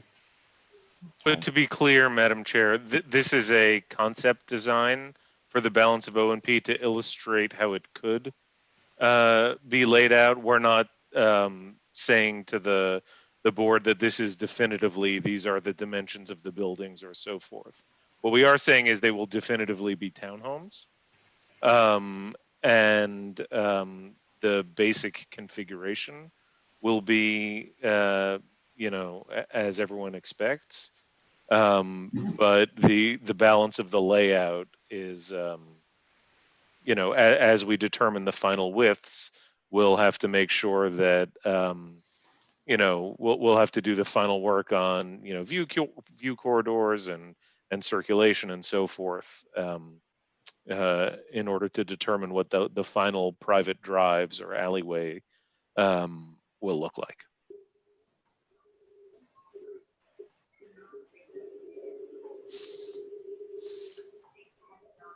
Andy, just there was a question that came up kind of internally about Sleepershaven and its relationship to Palisades Boulevard and Hollow Pass, and because of the location, the intersection of, if you just keep the slide 5, you can keep that up. There you go. So just there's that bend in the Palisades Boulevard where you have Sleepershaven. We just want to make sure that that doesn't present any issues from a traffic circulation standpoint, visual, that type of thing. Yeah. We don't anticipate that it will. The site distance is adequate in both directions. We have a 20-mile, I believe, speed limit within Edge on Hudson. So we don't see that as being a problem in either case. Okay. And it's still contemplated that Sleepershaven will be a public street? Not yet determined. I think it depends on the final layout and how, you know, we would certainly coordinate with the village. There will likely be a cut through in that location. Whether or not it wants to be a public street, we'll come back to you with a proposal. Yeah, I think that was one of the issues that the village board raised as part of the Riverfront Development Concept Plan. That they, at least the last version that they saw, they wanted to keep Sleepershaven as a public road. That may change going forward, but the last that the planning board heard from the village board, they wanted that Sleepershaven was supposed to be a public street. To be clear, to clarify what Andy said, for to the extent as we do the design for the balance of this, a good reason presents itself for there to be, for Sleepershaven to be anything other than a public street, we'll make that request of the village board at that time. But right now, there's no reason that I'm aware of that needs to change. Okay. I know it's conceptual, but what are those 3 square buildings in Block P? Here, Those are townhouse buildings. Okay. there's maybe 2 attached units.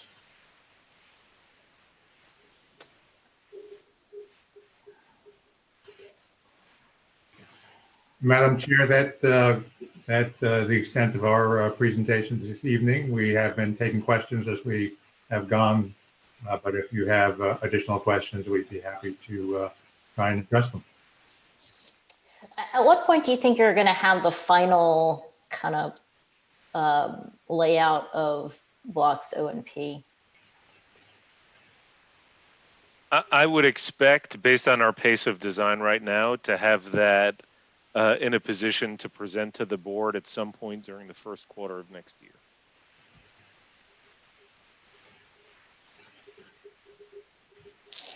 Okay, because we obviously would like as much visibility to the entire site plan as possible without, approving things piecemeal. It would be best for us as the planning board to look at things more holistically. We certainly understand and respect that position.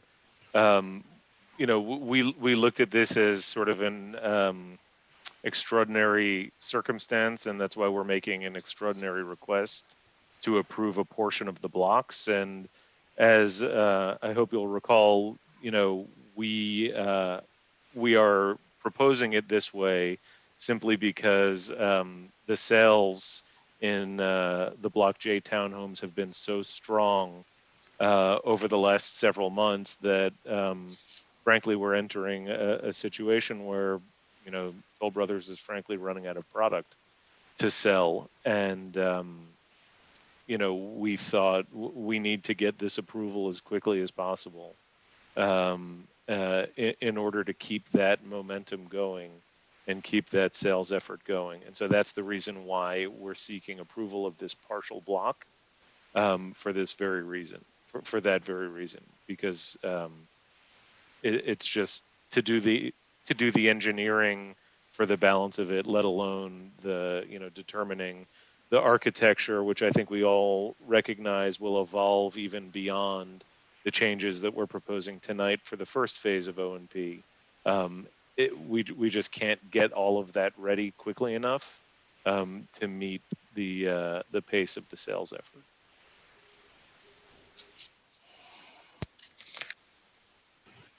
Yeah, recognizing it's a huge effort to get everything done.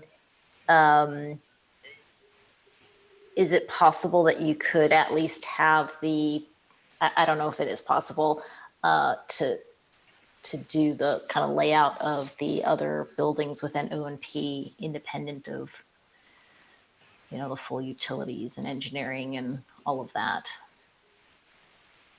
I understand why you're asking for it, but frankly, we just can't. There's too much that goes into it, too many decisions to make, and too much analysis to figure all of the rest of it out to have it ready in the time scale that we're hoping to approve this in.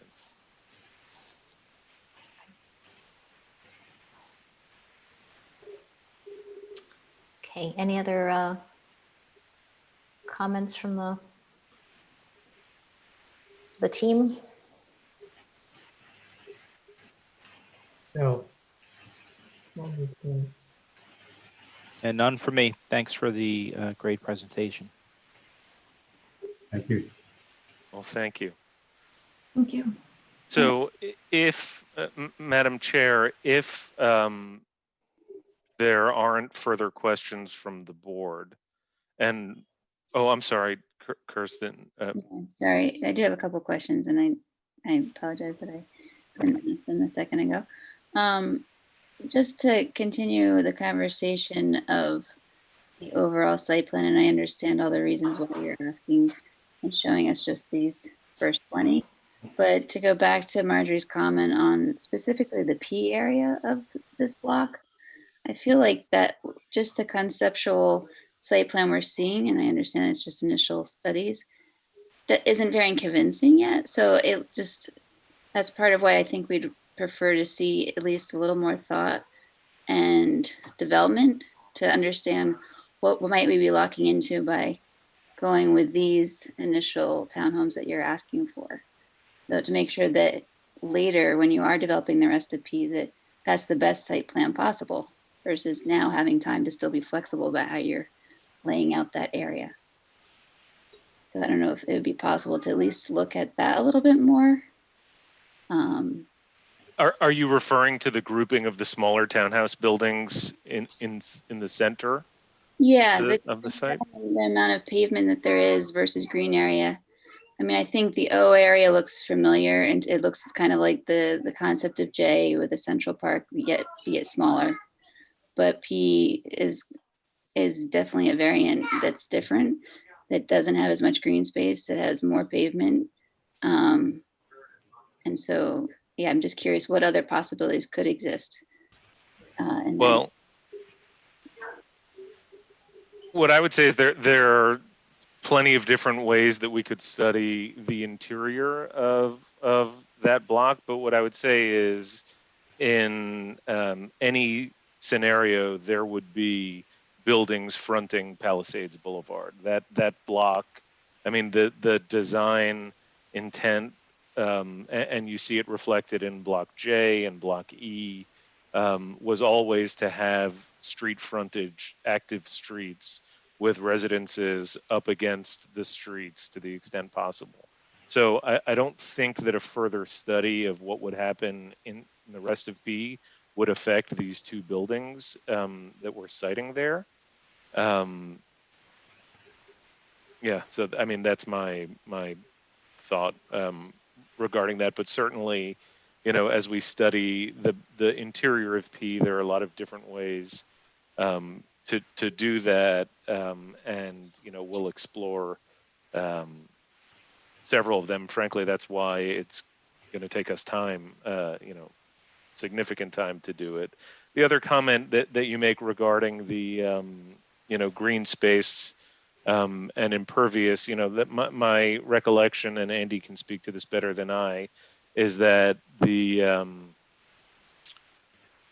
under the overall special permit and the overall approval, there was, you know, there's a certain amount of green space that we're supposed to be delivering, and certainly by all SECRA standards, we're improving the amount of impervious coverage compared to, you know, the scenario that we had at the outset. So I don't think that there's going to be an issue with the amount of green space from an approvals perspective, but certainly I hear your comment, and we will look at that as we refine the design for the rest of P.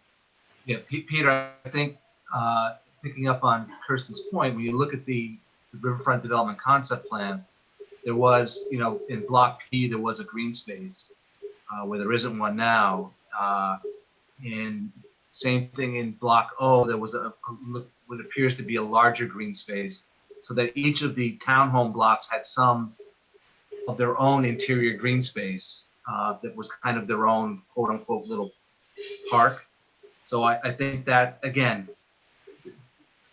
not going through this evaluation at this point just, you know, leaves you subject to issues with the planning board having serious concerns, particularly with, you know, I'm looking at those townhome blocks that front on the last portion of Tappan Zee Park, and well, do they have outdoor parking, or, you know, or are you going to require or ask or request variance for parking because you can't fit it in with the design, or because there's no room left?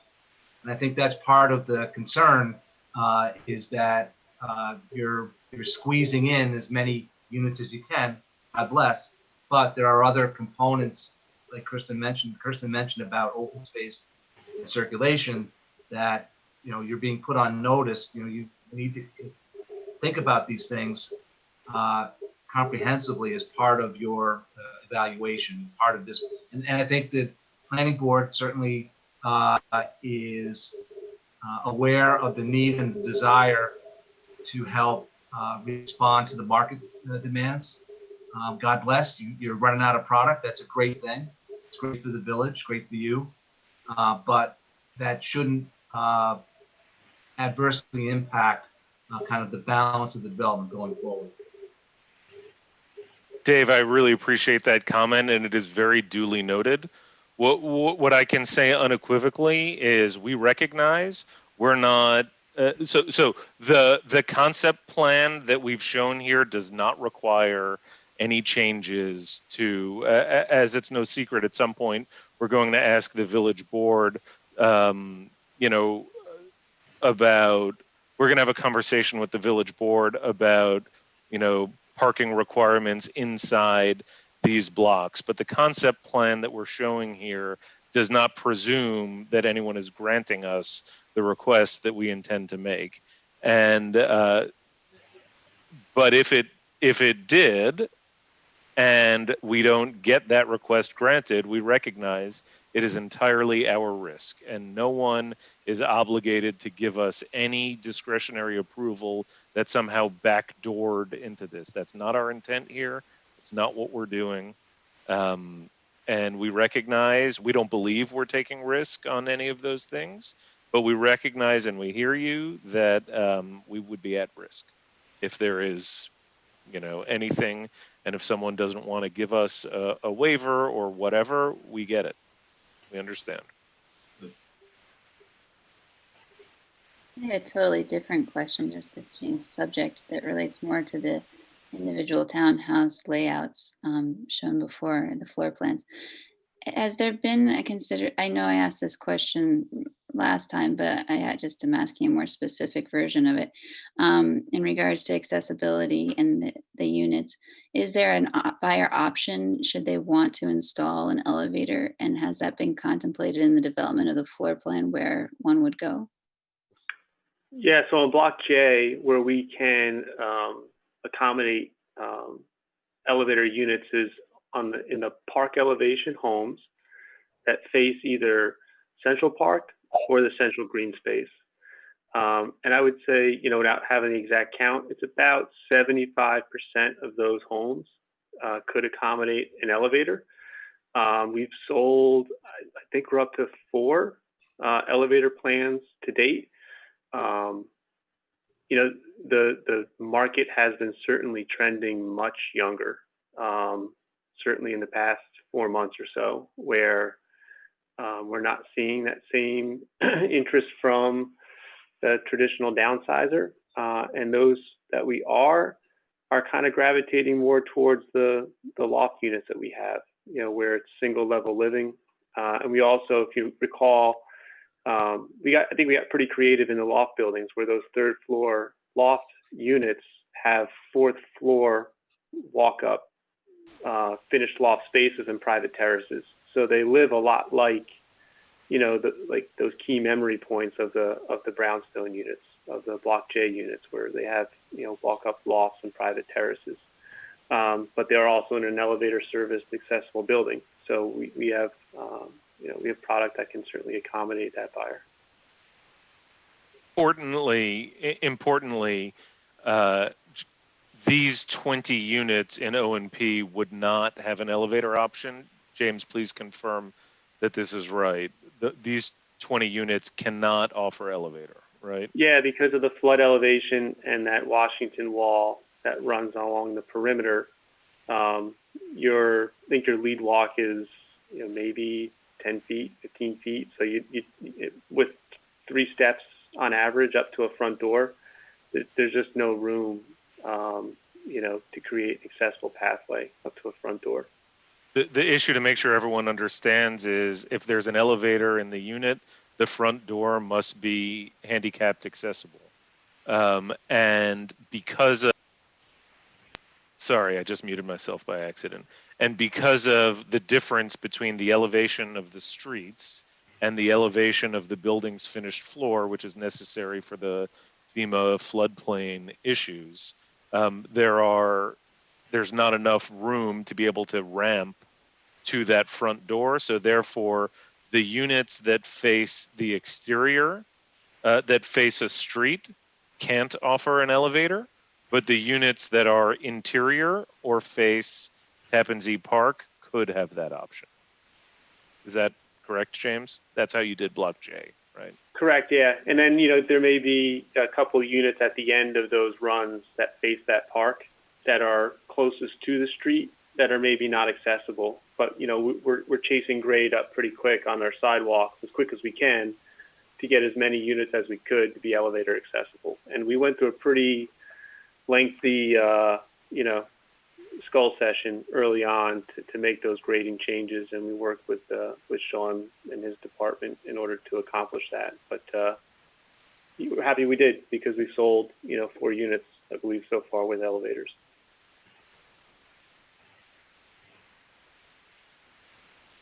Just to follow up, since you're seeing actually a lot of your demographic being younger buyers, has that influenced anything that you might be providing in a site plan? Different from what you originally contemplated? The homes are really flexible now, so it's not. We're not seeing people coming in asking us for something that we can't provide them. No, I mean, it's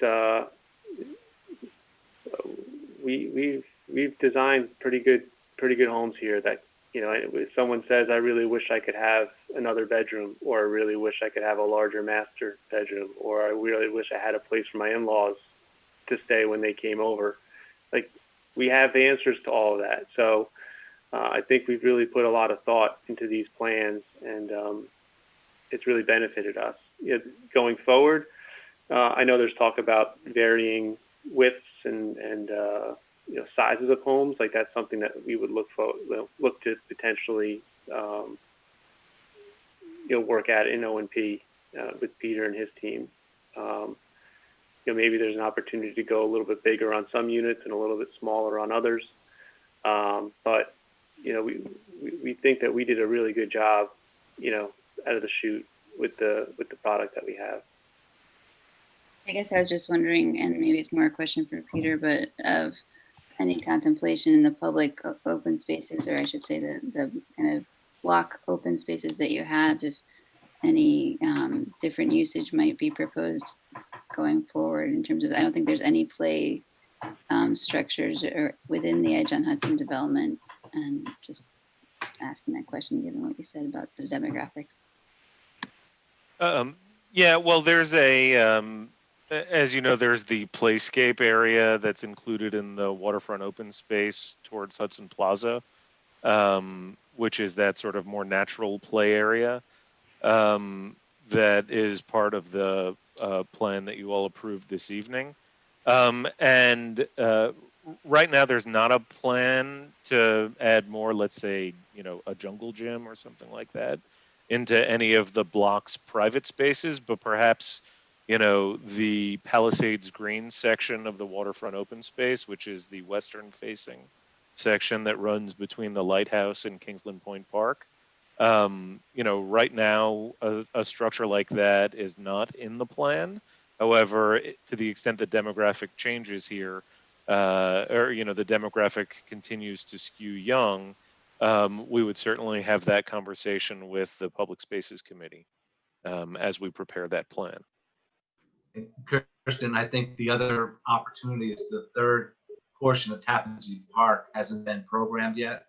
So there's another opportunity to introduce kind of a more active element for younger, families who have young children who move in here. That's the other opportunity.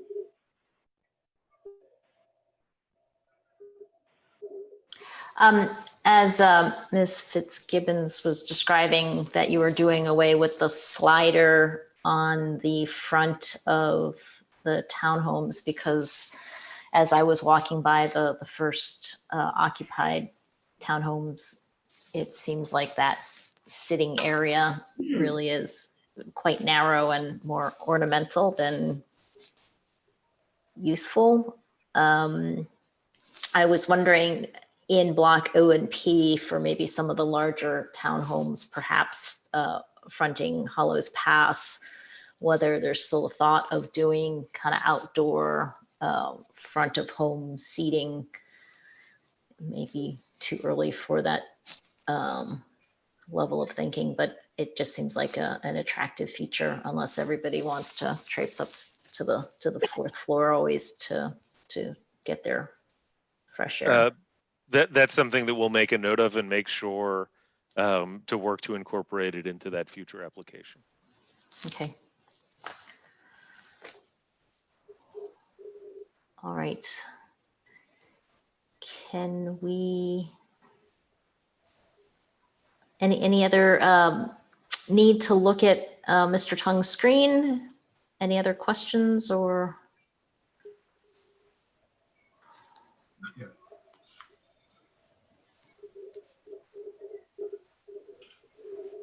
Okay. So, Madam Chair, my question to you is, we've been in touch with Woodard and Curran to finalize our responses to their comments. And from what I understand from my team, everything is, we put in the category of straightforward and non-controversial, and we're working hard to finalize all of that.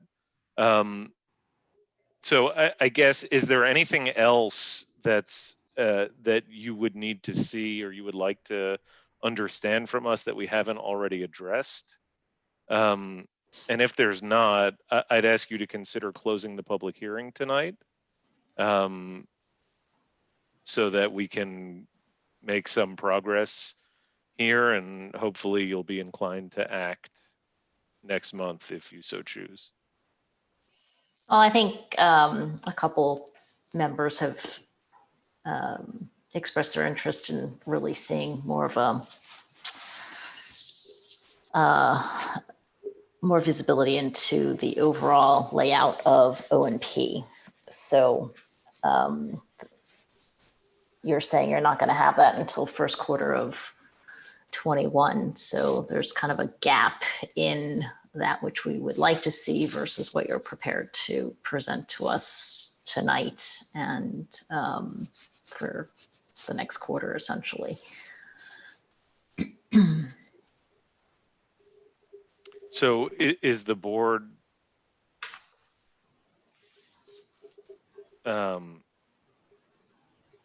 is the board taking the position that it can't act or won't act until it sees more of what we're contemplating for the balance of it? I think that's our strong preference.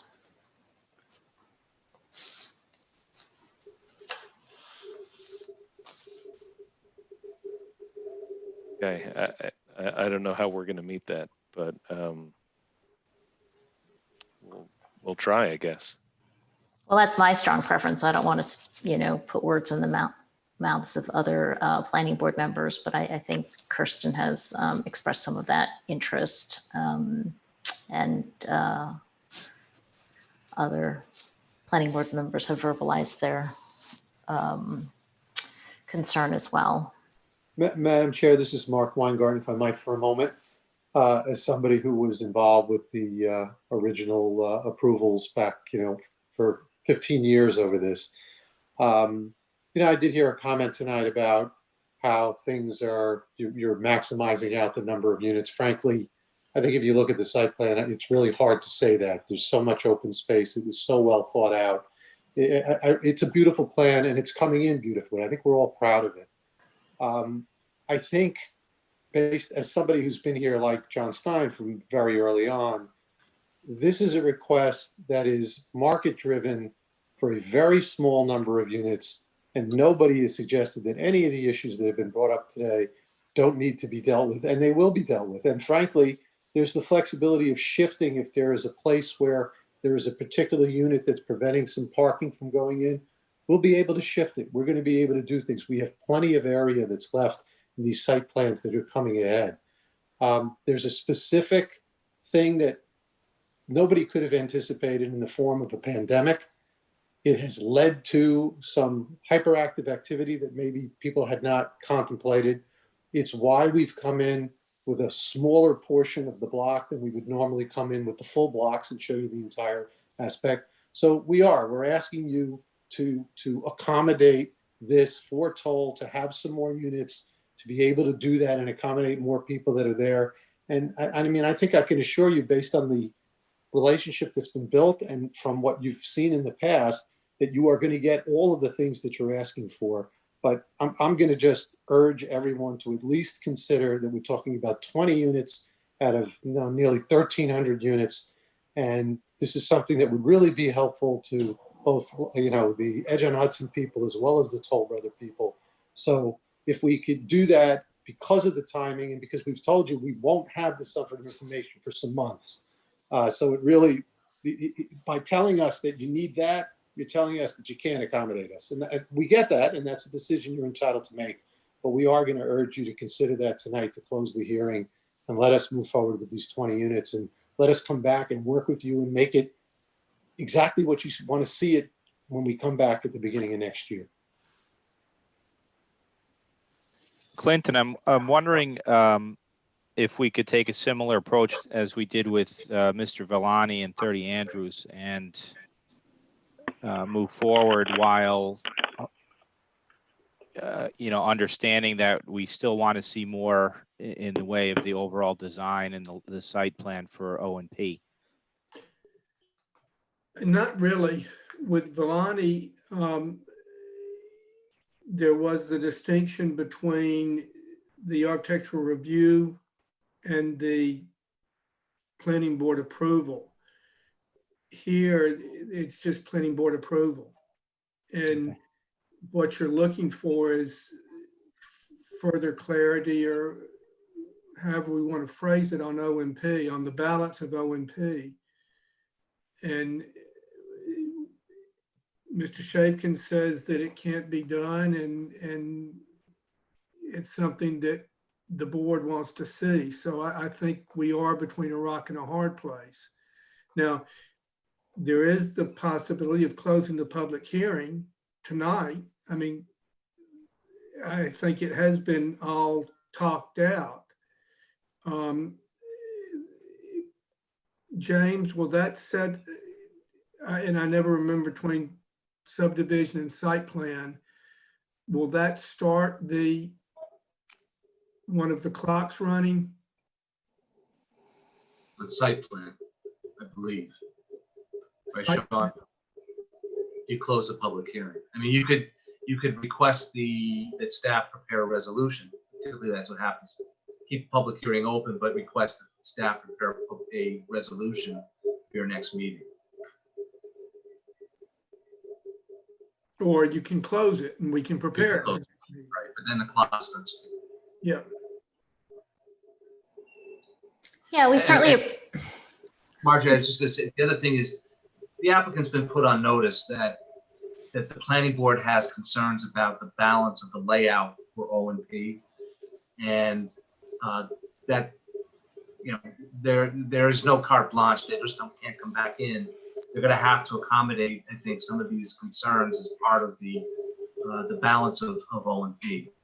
So I believe they've been put on notice effectively that you've got the planning board has serious concerns about the balance of blocks O&P, and that's going to be given very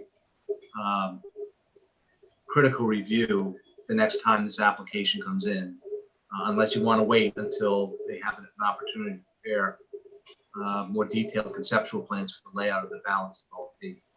And no offense to Mr. Fitzpatrick, but his firm or his company may not be the developer for the balance of O&P. It may be another developer who has a different concept for layouts, for amenities, for circulation and parking. And that was also part of the overall design concept for this property, is that different developers would have an opportunity to develop different portions of the site. So again, getting back to that planned eclecticism, where you have different designers looking at different portions of the site and coming up with their own opportunities to satisfy market demands. So, I understand that where the applicant is coming from, trying to meet the market demand right now, while the market says that they need this product. So that's kind of where the planning board has to weigh and balance, understanding that you still have full discretion with the balance of the site plan going forward for O&P. Yeah, Yeah, so none of us want Toll Brothers to run out of inventory. We want to see the continued robust sales and have enough, beautiful townhomes to sell. And I appreciate the level of detail that Ms. Fitzgibbons reviewed as far as the kit of parts and the concerted effort to, create more diversity in facade and textures and cementitious stuff. We're open to creative approaches to, fulfill your intentions as well as live up to our obligation to the village. And at the end of the day, we also have to support our building department and our, staff and consultants that are trying to, administer this. So, I would ask Sean to kind of chime in if you have any creative rabbits you want to pull out of a hat so we can kind of clear this impasse. I would suggest that just a simple concept plan or a preliminary layout just to illustrate how the balance of the development could be planned and still get the same number of units and the same amount, roughly amount of green space. It doesn't have to have engineering drawings or even, detailed dimensions at this point. I think just an overlay similar to what was already presented, but showing the balance of how those units could be placed on the two blocks. I think the board should be comfortable enough, at least with that type of a document, to move forward, knowing that it can be done. Madam Chair, if I could just add, this is Anthony. Yes. Just add on to what Sean said there. Does Peter have a sense of when the engineering studies would or could be completed by? We did have, as he said, some detailed discussions. As usual, they've been very cooperative and responsive. There are a number of things on the engineering side that do need to be completed between water and sewer and even stormwater. So just, do we have a sense of the timing on that? I'm going to let Andy speak to that as it's his firm doing that work. Yes, it would generally, as we have throughout Edge on Hudson, the detail engineering follows the setting of the footprints and the roadways. We have done overall engineering for the entire site. Phase 3 included the infrastructure within the roads that surround O&P. So we have a great level of confidence that we can connect to those systems. You need to, obviously, as Anthony pointed out, provide detail. But in the sequence of design finalization, we need to finalize the layout of the units and the roadways, and then we can do the final engineering. We have full confidence that it will work. We've gone over it a number of times, but that's part of what Peter was describing in terms of the level of detail necessary to provide a full package for all of O&P. It's not a single house or a couple houses. It's a detailed network that has to be. We have inverts for every unit and every catch basin. And you've seen the level of drawings that we've done in the past. Yeah, it just takes some time. And if I could just interject for a moment to respond to Sean's comment regarding the preparation of an architectural site plan, we can certainly put together a conceptual layout for the balance of O&P. We've got that. I mean, we have many of them because we study all sorts of different things. The issue is, what should the widths? I'm reluctant to put something detailed in front of you that I don't have confidence is what we want to do. And if what's going to take the time is not, having Hart Howerton or KTGY or Divney Tung drop the townhouse boxes and draw the dividing lines on, and putting the concept together to ensure that it fits. The real work is going to go on to the market side of it to figure out, okay, I think we all agree there should be varying widths of the units here, more than just 20-foot wide and 22-foot wide. But there's a really big universe that's more than 20 or 22, and I could present a sketch to you next week that shows 20 and 22. It could show 20, 22, and 24, but it'll be a cartoon. And and we haven't done the market work yet. We're working on it, but we haven't finished doing the analysis to determine, okay, should they be 28 feet wide? And if they are, what are the layout implications to that? What type of home does that create? I mean, there's truly a lot of work that goes into determining what should be shown on the concept plan. And, I'm certainly happy to present something to you that shows, if we assume that these are the widths we want to use, here's what fits. That's certainly something we can put together, but I don't have the confidence that something that we prepare in the next 2 weeks is going to be definitively what we want to do when we come in on a future site plan application. But that's not what you're asking for, Peter. You're not asking for those site plans to be finalized with the submission of a concept plan. I think the board just wants confidence that, in fact, if you continue with this pattern of layout, that the entire site will be a workable project.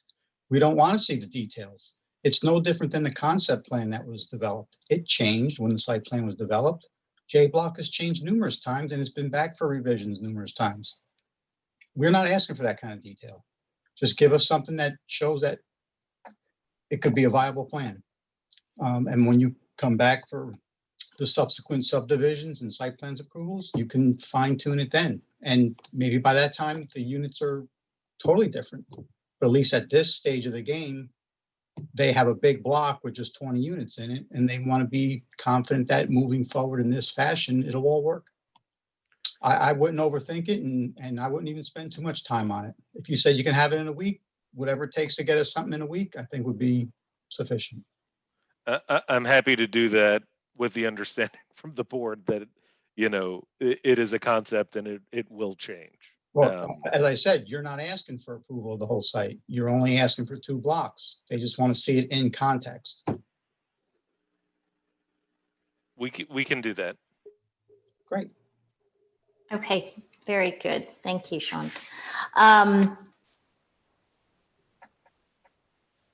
So with that, could we close the public hearing and move to resolution with that as a contingency that we will get a concept plan for the layout of O&P in the next, I don't know, you tell me, Peter, how much time?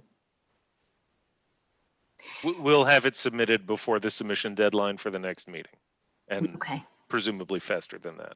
We don't have a resolution prepared, so Have to be next meeting. yeah.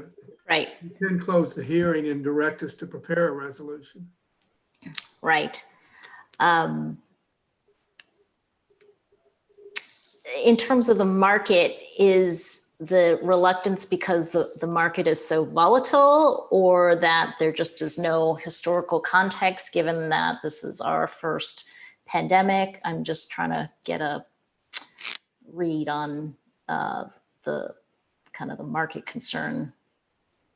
I think it's all of the above. I mean, this is a part of our process that you all generally don't see, but anytime we're introducing a new project, a new product, there's significant analysis that goes into it to figure out not just what best fits in the 3-dimensional plan, but also what do people want to buy? What do home builders want to build? What do the consumers want? And you've hit the nail on the head.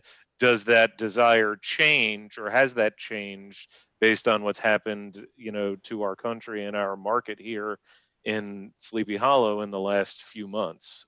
I mean, it's it's hard not to overthink it, and it's kind of our job to overthink it, because we can't ring the bell more than once for a specific plan. Yeah, and also to chime in, that's a lot of the reason why we went through the lengths we did to program as much customer selected variability that we could in the first phase of townhomes, because the market's telling us what they want every time they come in and purchase a home, or every time they decide that they don't want to purchase a home for a certain reason. And we know, we're learning how they want to use space, what spaces they find value in, things that we're offering that they're not finding value in. But, we're in a really unique, for as large as this job is and as far along as we are in the job, I mean, this is still, we're still towards the beginning of this project. And to, not take advantage of an opportunity to make hay when the sun is shining and to keep momentum going. Momentum is a magical thing when you have it, and it is really hard to find when you don't. And we just want to keep moving, and we want to be thoughtful in how we do it, but we don't want to miss out on an opportunity to, progress a job maybe a year ahead of where it was originally intended to be, because this is what the market has presented us with. And you're partnered with Peter and his team, who's partnered with a builder who can execute, and we can do it thoughtfully and as good business partners along the way. We're just looking forward to taking advantage of an opportunity. Understood.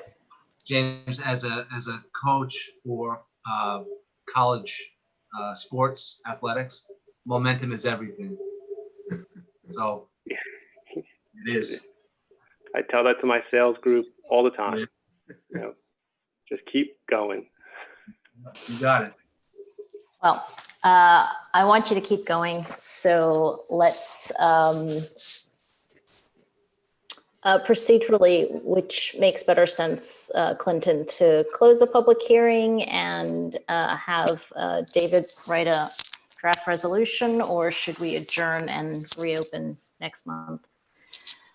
I think the risk is if you close the public hearing, then is it 45 days, David? I forget the time frame, but I think you're okay if you just adjourn the public hearing and direct staff to prepare a resolution. That's typically the way the planning board has responded to these types of applications. And so that you have, in case any other additional information comes in before the next meeting, the public has an opportunity to weigh in to the extent that they are participating.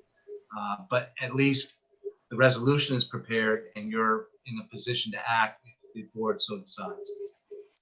Okay, well, these are atypical times, but I will follow the convention if that's what David, if the Mr. Smiths so advise, then let's go with adjournment. And you can poll the board, and if it would make the applicant feel more comfortable, you can poll the board to make sure that we're not hiding a stick of dynamite someplace.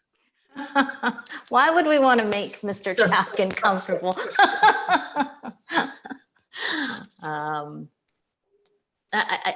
We can do that. I think, Madam Chair, to make it easy, provided that there's a resolution being drafted and you're in a position to act next meeting, we're really indifferent as to whether you close the hearing or not tonight. So it's provided that you're willing to do it the next time, that you have the information you need. If it makes it easier, we'd be happy to say, adjourn it tonight, prepare the resolution, and we hope to come back and finish with you at your next meeting. All right, sounds like a plan. Ed, Matt, Tom, Aaron, Kirsten, you guys good with that? Yes. I move that we adjourn public hearing till next time and have our I'll second that. Okay, and all in favor? Aye. Aye. Aye. So Matt? Aye. Aye, okay. Aaron? Aye. Okay, Marjorie, aye. So we are adjourned until, what is the next date? November 19th. November 19th.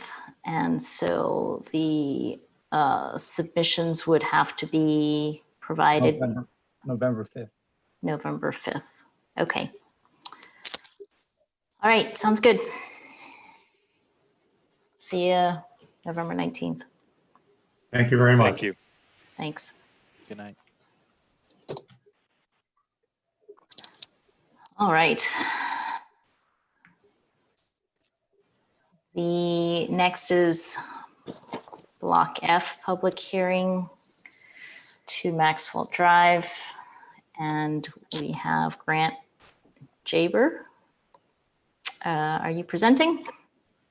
I'm going to present, Madam Chair, Mark Weingarten. Okay. And hopefully a much more straightforward and limited request, so, and not as lengthy. Yeah, it occurs to me we should resequence the agenda so we don't make everyone sit through these long drawn out discussions. Well, but I will say this, it's much better on Zoom when you don't have to drive home. So it's, we will say that. So good evening, Madam Chair, members of the board. Mark Weingarten, partner in the law firm of Del Bello, Dinellen, Weingarten, Wise, and Wiedeker. My pleasure to be here representing Sleepy Hollow Residences, LLC, a related entity to the Heinz Companies in connection with its request for a minor amendment to the approved site plan for Block F, located in the beautiful mixed-use Edge on Hudson project, which we've been discussing this evening. Heinz, as you are aware, is one of the largest and most successful real estate owners, managers, and developers of real estate in the world. They are headquartered in Houston, Texas, but have many holdings in New York State and Westchester County. And I am joined by their managing director, Grant Jaber. As you are aware, the Edge on Hudson project is being developed by Lighthouse Landing Community, LLC. The first phase of the project was being developed and sold to Toll Brothers. The second phase of the project, which we refer to as Block F, was sold to Heinz. Heinz is developing a project that is consistent with the previously approved site plan, which calls for 246 rental apartments with resident amenities together with an on-site garage. What we are here for is a very limited purpose. The original approval permitted 426 spaces in the garage. When preparing the construction drawings, it was determined that the zoning actually required one more space, bringing the total to 427 spaces. We determined when looking at that in fact, the garage had been oversized during the approval, and that without changing the height or any material change to the design, we could stripe an additional 50 additional spaces, providing a total of 477. So that is essentially what we are looking for. The surplus spaces will be used to satisfy the deficit of the one parking space that we needed to go from 426 to 427. And the balance will be used for the future commercial uses at Block H. So that is our presentation. Unless you have questions, we would urge you to, we have asked that this be a public hearing. That has been duly noticed, that we would open that and see if there are any members of the public. And of course, if there are any questions, either Grant or myself would be happy to answer those. Thank you, Madam Chair. So I move to open the public hearing for this application. Can I get a second? Seconded. I think Ed seconded it. Thomas, aye. Kirsten, aye. Aaron, aye. Matthew, Aye. okay. Do we have members of the public here to participate in this hearing? I don't see any requests. Okay. Any comments from our team? Okay. There has been a draft resolution prepared. David, would you like to speak to the highlights of that? Yeah, I'll just go through the, I guess, the last resolve clause, which has several of the conditions. So the draft resolution has been prepared, it's been circulated to the planning board, was reviewed by the applicant as well. And the last resolved that the application is hereby granted approval, and the applicant may obtain the endorsed approval of the planning board chair on a copy of this resolution and upon site plan drawing subject to the conditions and modifications identified below. 1, all conditions from the initial phase 2 site plan approval adopted by the planning board on December 20th, 2018 shall remain in full force and effect. This approval shall expire. Number 2, this approval shall expire if the following modifications and conditions have not been completed to the satisfaction of the planning board and the village building department.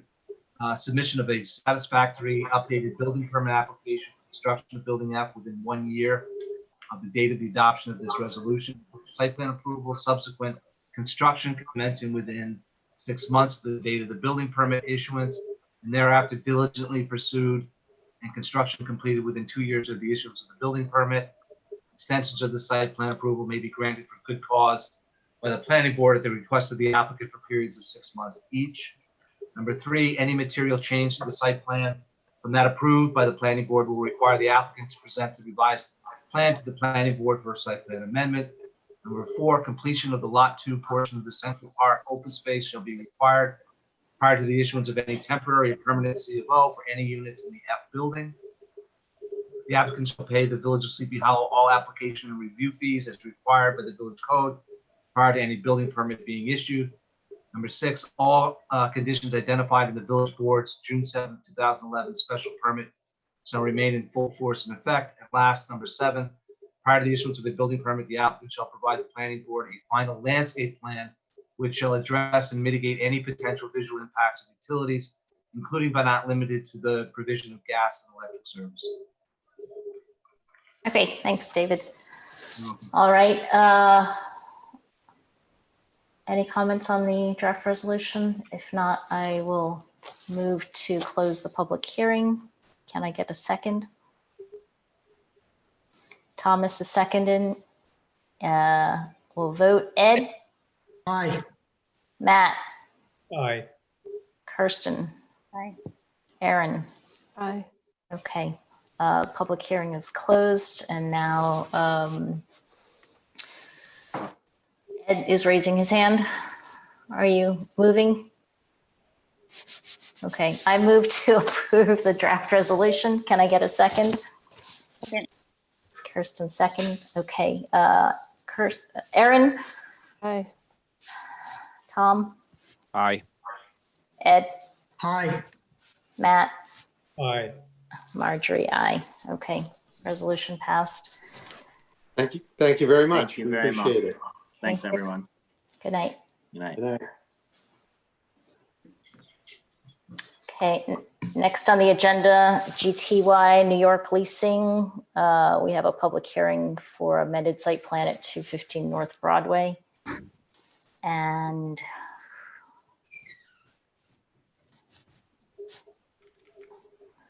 who's presenting?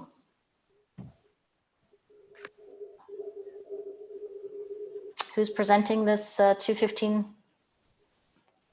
application? Yes, my name is Grace Brzeskis. I'm presenting in place of Leah, who was with you at the last meeting. Okay, go for it. We hear you. Wonderful. I am the graphic designer for the sign company that is asking for the signage for Chestnut Market. We are asking for the one sign on the front facade and one on the side. The road. Oyster? Not sure how you pronounce it, but so there were some questions. We were talking about the architectural design of the building and the neighboring properties and how the sign does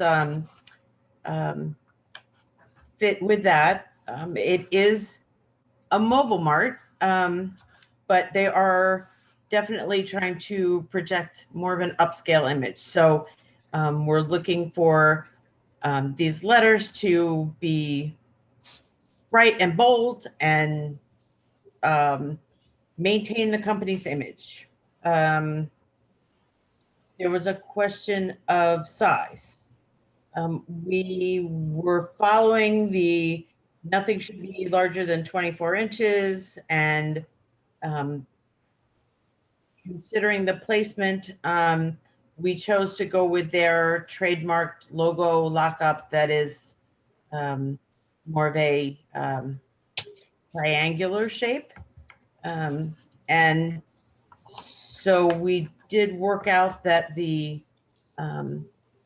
chestnut squirrel would be 2 foot high, which would give us letters of a 16-inch C.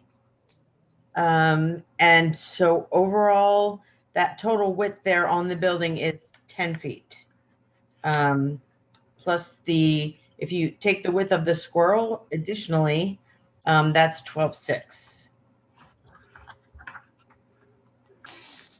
We have the same measurements, the same size letters and logo for the side sign, just in a different lockup. That's a justified right version, since that is closest to the intersection. And with all the mechanicals that they have going on there, they felt that was their better option. So. Okay, since this is a public hearing, we should probably open it. I don't know if there's members of the public. I see Andrew Tung and Peter Chafkin still on. I don't know if they want to comment on the squirrel, but I move to open the public hearing. Can I get a second? Erin is seconding it. Kirsten, aye. Matthew? Aye. Ed? Aye. Tom? Aye. Okay.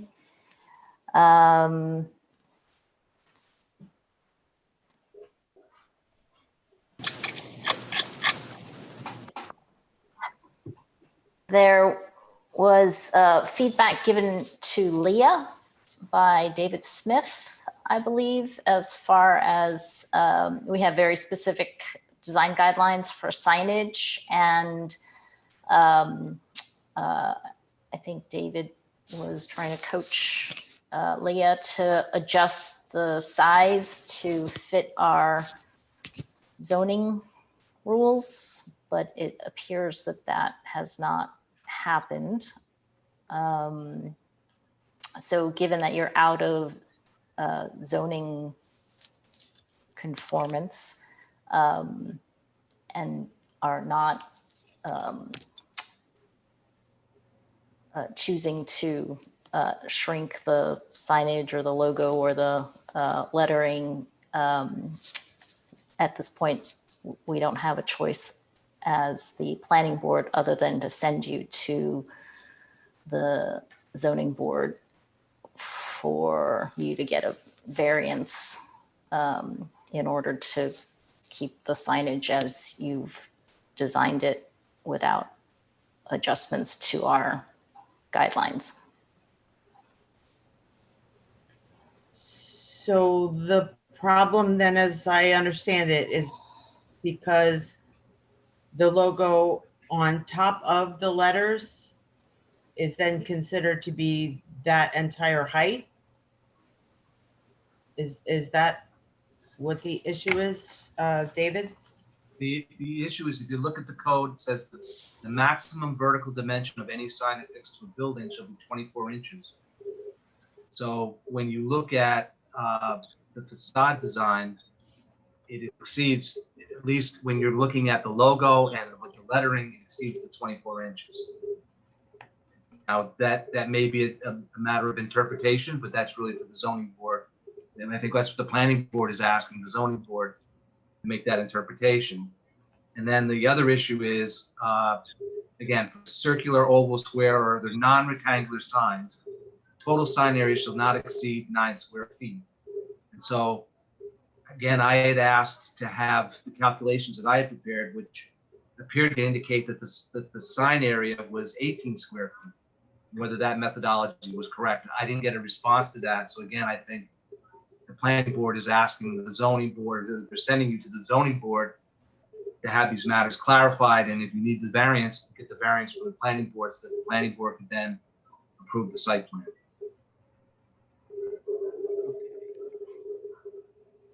So it was not as we had interpreted that it was nothing should be higher than 24 inches. It is that if That's the way I'm reading the code, is that, you know, that the sign affixed to a building shall be it shall be 24 inches max. And based on what I saw your presentation, it was in excess of that. Because you had the logo plus the lettering stacked on top of each other. So again, that becomes more than 2 feet. okay, so they couldn't be taken separately. It would have to be the total of the. Well, the way that the sign has been presented, it doesn't appear to meet or respond to the code. Okay, all right. It doesn't mean that the zoning board may not find that the way it's laid out is acceptable. It's just that the way the code is written, the planning board can't approve what's being proposed. Okay, all right. So I am being referred to the zoning board. Okay. Correct. Okay, great. Okay, thank you. Have a good evening. Thank you. I move to close the public hearing. I believe you want to adjourn the public hearing. David, I see. Does it require a formal motion to refer them to the planning board, or are they referred? Probably need Sean, they probably need a formal motion to send them to the planning board. Okay.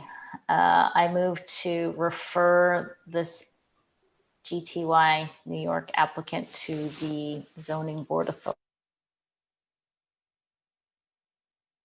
All in favor? Kirsten, aye. Aaron? Aye. Aye. Ed? Aye. Thomas? Aye. Aye. Okay, so you are referred, and now I move to close the, adjourn the public hearing. Do I get a second? Kirsten is seconding. Ed is voting aye. Thomas? Aye. Aaron? Aye. Matt? Aye. Aye. Okay. That's Thank you very much. So I don't know if they're going to make it in time, given the zoning board calendar, but we'll say for now the 19th of November is the goal. Okay, wonderful. Thank you. Okay, thanks.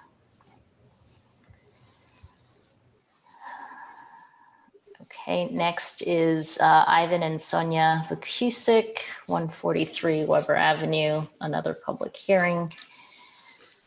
Who's presenting on your behalf for this proposed subdivision? Good evening, Michael Stein with Hudson Engineering. Hi, Mr. Stein. And if I just may put up the screen and share. So just to go through the application for the public hearing, the existing property at 143 Weber Avenue. It's an existing 28,719 square foot property. We're looking at subdividing into, which the first thing I'm going to say is my apologies for listing as a single family. It was not intentional to mislead anyone. I was not realizing it was actually a three family unit. So we saw the memo, David Smith's memo, and so we will correct all the documents that were submitted to reflect that it is a three family. That will be lot number 1, which will have 17,087 square foot lot. Lot 2 will have 5,763 square feet, and lot 3 will have 5,869 square feet. Again, we're looking at a 3-lot subdivision. The 2 new lots will have frontage on Weber Avenue. What was brought up in Mr. Smith's review memo is that a 50-foot frontage is required. So it is our understanding that part part of the application will be to refer this to the zoning board for approval. There's other provisions in the code that, there's some discretion by the planning board to be able to adjust requirements. But I'm not going to argue with going to the zoning board, because I do realize we're going to be going to the zoning board regardless for the 3-family non-conforming use within the zoning district. Yeah, so given that you're headed there anyway, rather than go through all the detailed engineering work that you've done. Right, we're not going to argue. We understand I don't think it's going to make any sense to argue at this, to try to persuade you to consider otherwise. Yeah, I'm thinking more of a time efficiency, not suggesting that we're going to get into an argument, but perhaps we open the public hearing, see if I think there are some neighbors that are present, and then. And let me just add in a few other things. One of the things that was requested in September from the village's consulting engineer is that we have a wetlands soil scientist go to the site, investigate the site to confirm whether or not there's a presence of wetlands. We subsequently had William Kenny Associates go out to the site. They performed an exam of the property, and we had submitted a copy of their letter with it. Some requested, their current memo is now requesting that we look off-site to another property.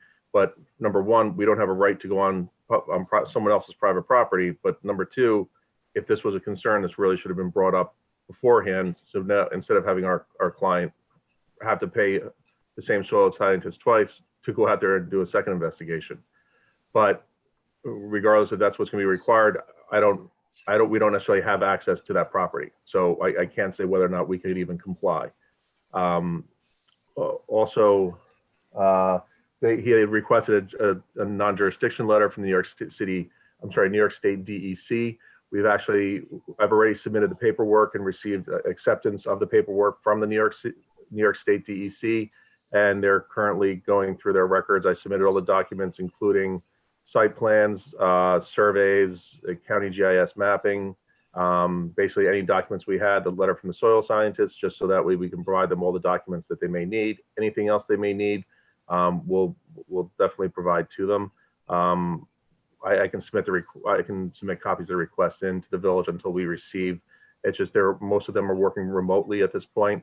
So their email response was even saying it's going to take several weeks to receive this. I may not have it in time for well, actually, we're going to be going to zoning board. So by the time we get back to the planning board, I'm sure we'll have it regardless. Okay, sounds good. So I move to open the public hearing. Can I get a second? Seconded. So that's Thomas that's seconding the motion. Matt? Aye. Aaron?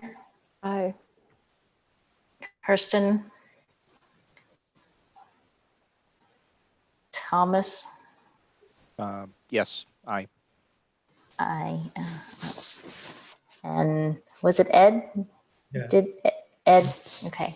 So that's good. I think that you're working the DEC process in parallel with going to the zoning board. Also, just one other thing I forgot to mention, so that all the documents for the easement, we're going to obtain copies so we can submit it along. We're not looking at increasing any use of that easement area. It currently serves the existing property to the rear. We're looking at continuing the same exact use it currently has. Okay. Given that it is a public hearing, I think we need to give the public the opportunity to speak. My name's Phil Zegarelli. My wife and I own 141 Weber Avenue. And I appreciate the hearing, and I also appreciate the orientation to have this go before the zoning board. I would ask that the board respectfully perhaps make a site visit I have also requested that a code 53 be issued to make sure all the utilities are properly located. The easement that exists, the quid pro quo for the easement has actually changed, but the easement still exists. And that the easement is from my wife and I's property to what we call the carriage house, the applicant's house. There are important, I won't say necessarily historical, but if you visit the site, you'll see a sizable stone bridge that I've had to repair. It's probably over 100 years old. And it needs to have access on either side. Obviously, on my side, the property has plenty of access, but on the applicant's side, it's only 6 feet beyond the bridge. I look at the frontage and the creation of essentially what is going to be a flag lot in the form of the existing carriage house, and that concerns me greatly. So the stream that is seasonal, there's a channel to it. It ends up essentially going down the backyards, I believe, of Maple Street, goes under Katrina Avenue, comes out by the Restoration into the Pecanico River, and goes into the Hudson River. So there's a lot of items here. I happen to know the area since I'm born and raised, probably within 1,000 feet of this house. We've been restoring it, and it was derelict. It probably would have been torn down if my wife and I didn't rescue it. So we are very concerned about encroachment, legal or otherwise. I am concerned in what I understand I've seen in the presentation of utilizing the future flag lot entrance, and it's only on paper because there's not going to obviously be a road on it because you would be utilizing my easement. That be proper and that there be protections to the bridge that he has an easement over. And that's a very important thing. That's why I would really appreciate and respectfully ask that during various times, and it's, before winter sets in, that you come by and take a viewpoint of it, because the submission does not indicate the magnitude of two houses being placed there, nor the magnitude of the bridge and the integral part that the bridge plays. Just a little history. This was once one entire estate. J.J. Hill, if you're a lawyer, you know who that is, where the dormitory and the two houses that belong to the Kringus family, the carriage house, our place, and the tower were all once one parcel. It was subdivided back in the 40s. And back then, meets and bounds, not as accurate as GPS nowadays.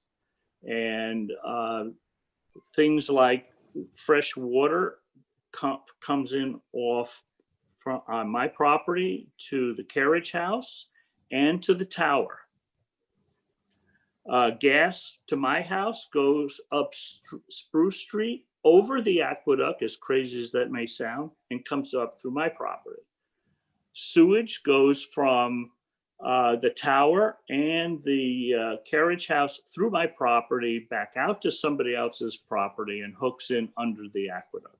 What I'm saying is there's a very complicated things here. This is not a simple subdivision, believe me. So I await the outcome of notice for a hearing with the zoning board. Be totally cooperative with you, but I do think that as submitted, the presentation really does not reflect everything there. And that's why I'm also asking for a meets and bounds, a code 53 of all the utilities. Okay, thank you, Mr. Zegarelli. Any other members of the public that would like to speak?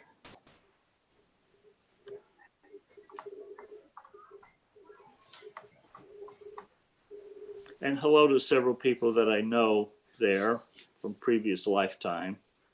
You're looking well, David. Thank you. And you too, Clint. Oh, thank you. You handsome devil, you. Okay, so I make a motion to refer this 143 Weber Ave subdivision to the ZBA. Can I get a second? Seconded. Thomas seconded. Aaron? Aye. Matt? Aye. Ed? Aye. Kirsten? Aye. Okay, it's been referred and I move to adjourn this public hearing. Madam Chair, before we move on, can I just ask the question? I don't know if Sean's on, I don't see his camera on, but the property just south of the bridge, I wanted to know if we know who the owner of that property is. It's Mr. Zegarelli. It is. Yes. Would it be appropriate to ask Mr. Zegarelli now if we could have access to that property to take a look at the presence of an intermittent stream? Doesn't bother me. I was never asked. I welcome the prospect. Just let me know when you come over the bridge or go under the bridge. Mr. Zegarelli, Michael Stein, we had just received the memo, so that's why I was bringing up, I don't know if I have permission. I'll get in touch with Sean. I'll get in touch with Sean to get your contact information, just so we can coordinate and let you know when we'll be there. All you had to do is ask. Okay. Anything else, James? I think Michael has the memo, so as you're going through it, if you have any questions, don't hesitate to give me a call and we'll work through that. I think many of the things that Mr. Zegarelli mentioned are mentioned in my memo as well. We'd like to see all those utilities, easements, anything on that property needs to be shown. This goes back to a comment I made in the previous memo about how we need to have a plat where all this information would typically be shown. So we need to see all that before we're ready to move forward. Just one point. I have a GPS done by TC Merits that I think I included in my response, and I'm more than willing to share the thumb drive or whatever if you'd like to have the original. I'm not sure if you have it other than what I submitted on paper or a scanned document. Was that a map? Yes, it was GPS TC Merits survey done probably no more than 2 years ago. Would it be acceptable? Would it be all right with you if I work with Mertz a lot? So would it be okay? Oh, Okay. no problem. I just want to make sure I ask first. That's okay. As I said, just ask. No problem. Unfortunately, we only received the letter from you, Mr. Zegarelli. I didn't see that map. I know it was in as a scanned document, but maybe, who knows what happened, but call. I'll get it from Dan and we'll overlay it and we'll do an overall map that includes ours. Yeah. Okay, we'll look to all of you gentlemen to coordinate that offline. Thank you very much. Thank you and have a great evening. You too. No. Oh, wait. During the public hearing. Right. I move to adjourn the public hearing. Seconded. The 19th. Ed has seconded to adjourn until November 19th with all the documents submitted by November 5th. And if we're being referred to the zoning board, shouldn't we go to that first or? yes, you should. Okay. If we need to push it out, we can. Okay, just checking. Okay, going back to voting, Matt, Aye. Kirsten, Aye. Tom, Aye. Aaron. Aye. Okay, adjourned. Thank you again. Have a good evening. Thank you. Have Appreciate a it. good night. Thank you. Good Phil. night. See you guys. Be good. Thank you. Take care. Yep. Okay, and then we have a preliminary presentation, the last agenda item for Edge on Hudson Block I for amended site plan. Good evening, Madam Chair. Andrew Tung from Divney Tung Schwalbe on behalf of LL Parcel I LLC, otherwise known as Toll Brothers Apartment Living, current or owner of Block I. With me tonight, David Sands from Toll Brothers. If I may share my screen.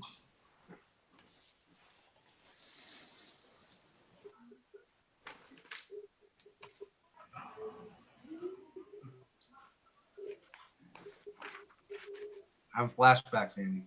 Yes, yes. We've seen this movie before. Block I, as you may recall, runs parallel to the Metro North tracks on the eastern side of Edge on Hudson. 3 buildings, I-1, I-2, and I-3 constitute the project. The site is 4.66 acres, a total of 188 apartments. Last approved by your board, a site plan amendment in September of 2019. This is an aerial photograph, a drone photograph of building I-1 at the far left and I-2 in the center of the screen. As was mentioned earlier in the meeting, construction is underway apace. And every week it continues to grow. Another view of I-2 from the northwest with I-3. You can see stair towers for I-3. The superstructure has not yet begun or had not begun as of last week, but is moving forward with construction on all 3 buildings. Our site plan amendment before you today is a fairly simple one. The approved site plan from last year is at the top of the page. You see the 3 buildings, I-1, I-2, and I-3 from left to right with on-grade parking adjacent with access from Legend Drive in 3 locations, 1, 2, and 3. A swimming pool, which your board approved to be shared by the residents of all 3 buildings between I-1 and I-2. The proposal before you tonight has been highlighted in the plan of Block I below. No changes to the buildings, no changes to the circulation or to the overall parking. What is being proposed are some refinements to the swimming pool and its adjoining amenity areas and a utility connection. The addition between I-2 and I-3 of a second transformer and the relocation of a parking space behind I-3 as the resulting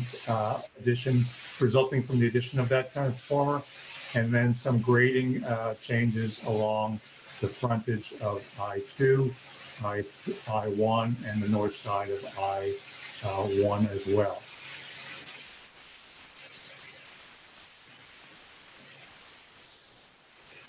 Here is an illustrative blow-up of the swimming pool area.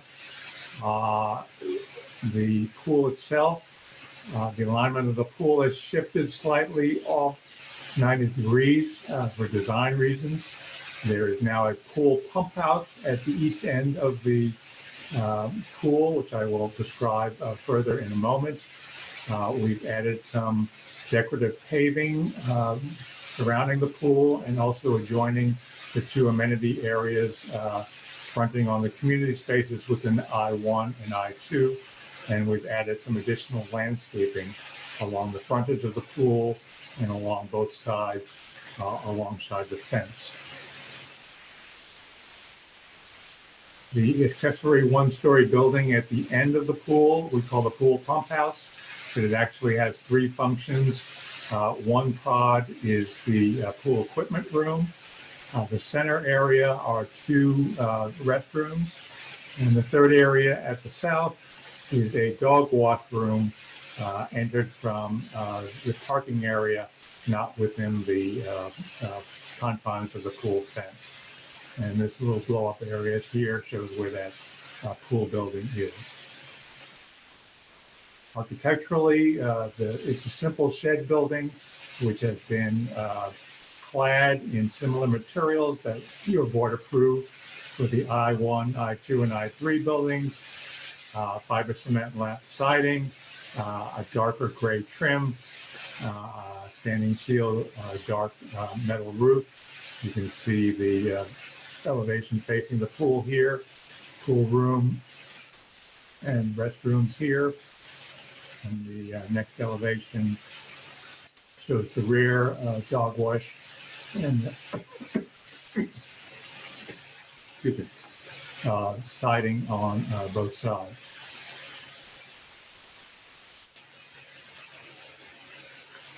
Back to the key plan, the other component of the proposed amendments that you're able to see is the addition of a new transformer between I-2 and I-3.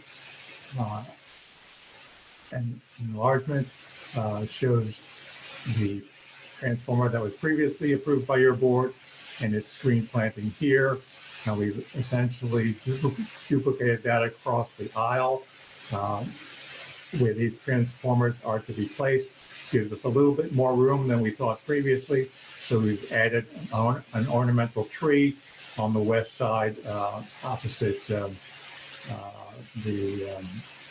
entry from Legend Drive. So that would provide additional screening for those transformers as shown in the front elevation on the left. That's essentially the essence of our request. As I mentioned, there's a little bit more grading revision along the frontage of I-2 and I-1. Both of those will be accompanied by a low stone Washington wall, similar to the low walls across the street on Block J. I'm pleased to answer any questions that the board may have.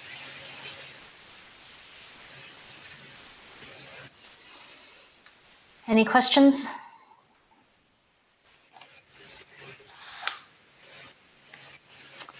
I think, James, you had raised a concern as far as the some utilities. Thank you. Yes. Andy, if you received my memo from yesterday, I think there are a lot of items in there that we can address offline. But I did have two questions for you. As Chair Shu mentioned, the utilities in the water main easement. I don't know if this is the plan or if it shows it. Can you zoom in to the bottom left-hand corner of the I-2 building?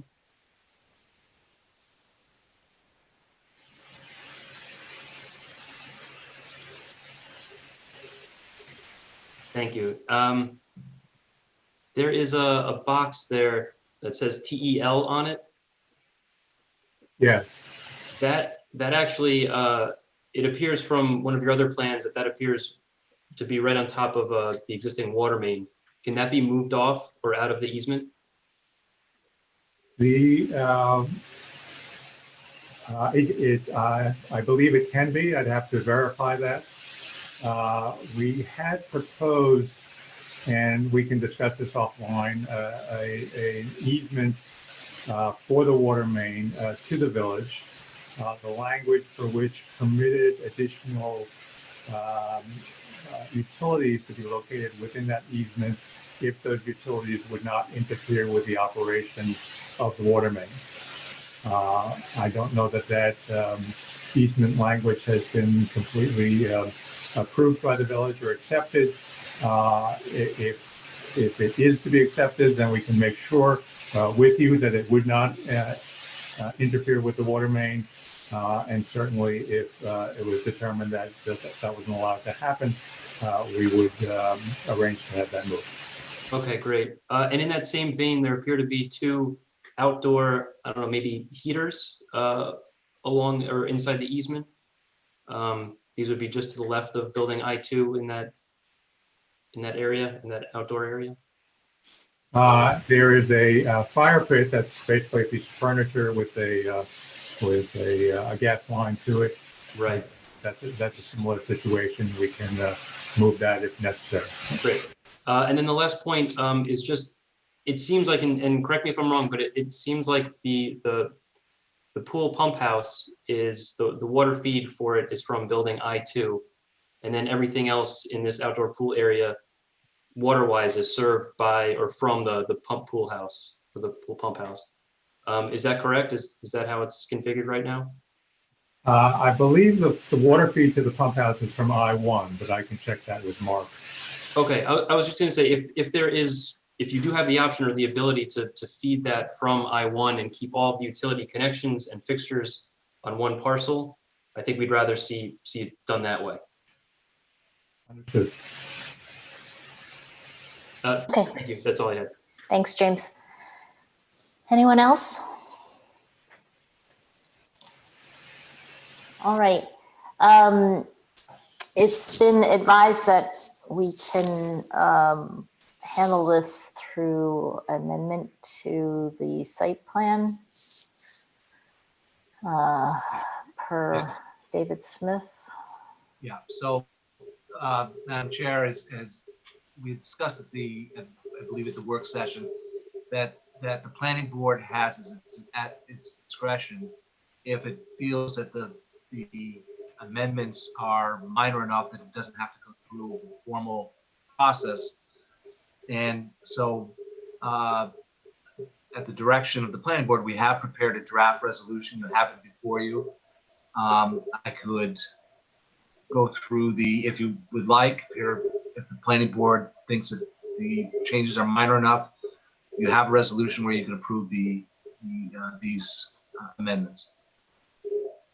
Do you want to, has everyone read the draft resolution? This I think came to us only recently, so it might be helpful, David, if you just talk about the very high level points. Yeah. So I'll just read the last three resolve clauses, which kind of provide the basis for the decision. Now, therefore, be it resolved that having reviewed the entire record as noted above, in relation to the previously approved special permit riverfront development concept plan and phase 1 block I site plan approval as amended, the planning board determines that based on section 450-16D of the village code, the proposed action includes minor site plan adjustments to the approved plan, and be it further resolved that all of the conditions identified in the village board's June 7th, 2011 special permit and the planning board's May 17th, 2018 and September 19th, 2019 site plan approval shall remain in full force and effect. Be it further resolved that documentation sufficient in form and substance for the village engineer to determine that the list of items outlined in their October 21st, 2020 and October 22nd, 2020 correspondence have been incorporated onto the site plan drawings. Okay, thank you. So I guess do we put it up for a vote to adopt these amended site plan comments?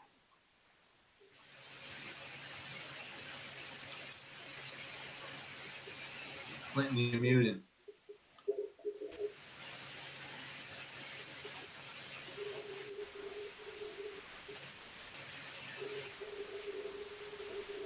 Someone needs to move it, and then you'll vote on it.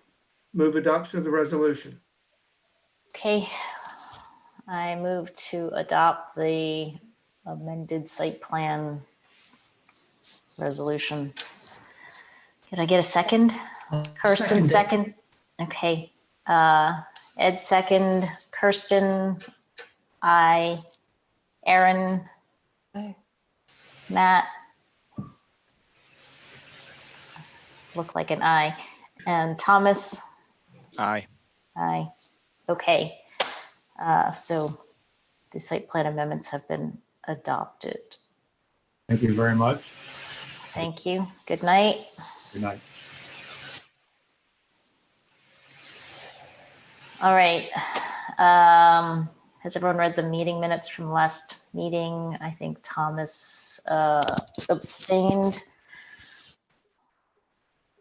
I move to adopt the minutes of September, what was it, the 21st? It I think it was was the 17th. 17th. September 17th. Move to adopt the minutes of September 17th, 2020. Kirsten, are you seconding? Correct. Matt? He mouthed an aye. Aaron? Thomas? I don't know, Oh, abstain. I yeah, guess? you abstained, sorry. Ed? Aye. Aye, okay, minutes have been adopted. I move to close this planning board meeting. Good job.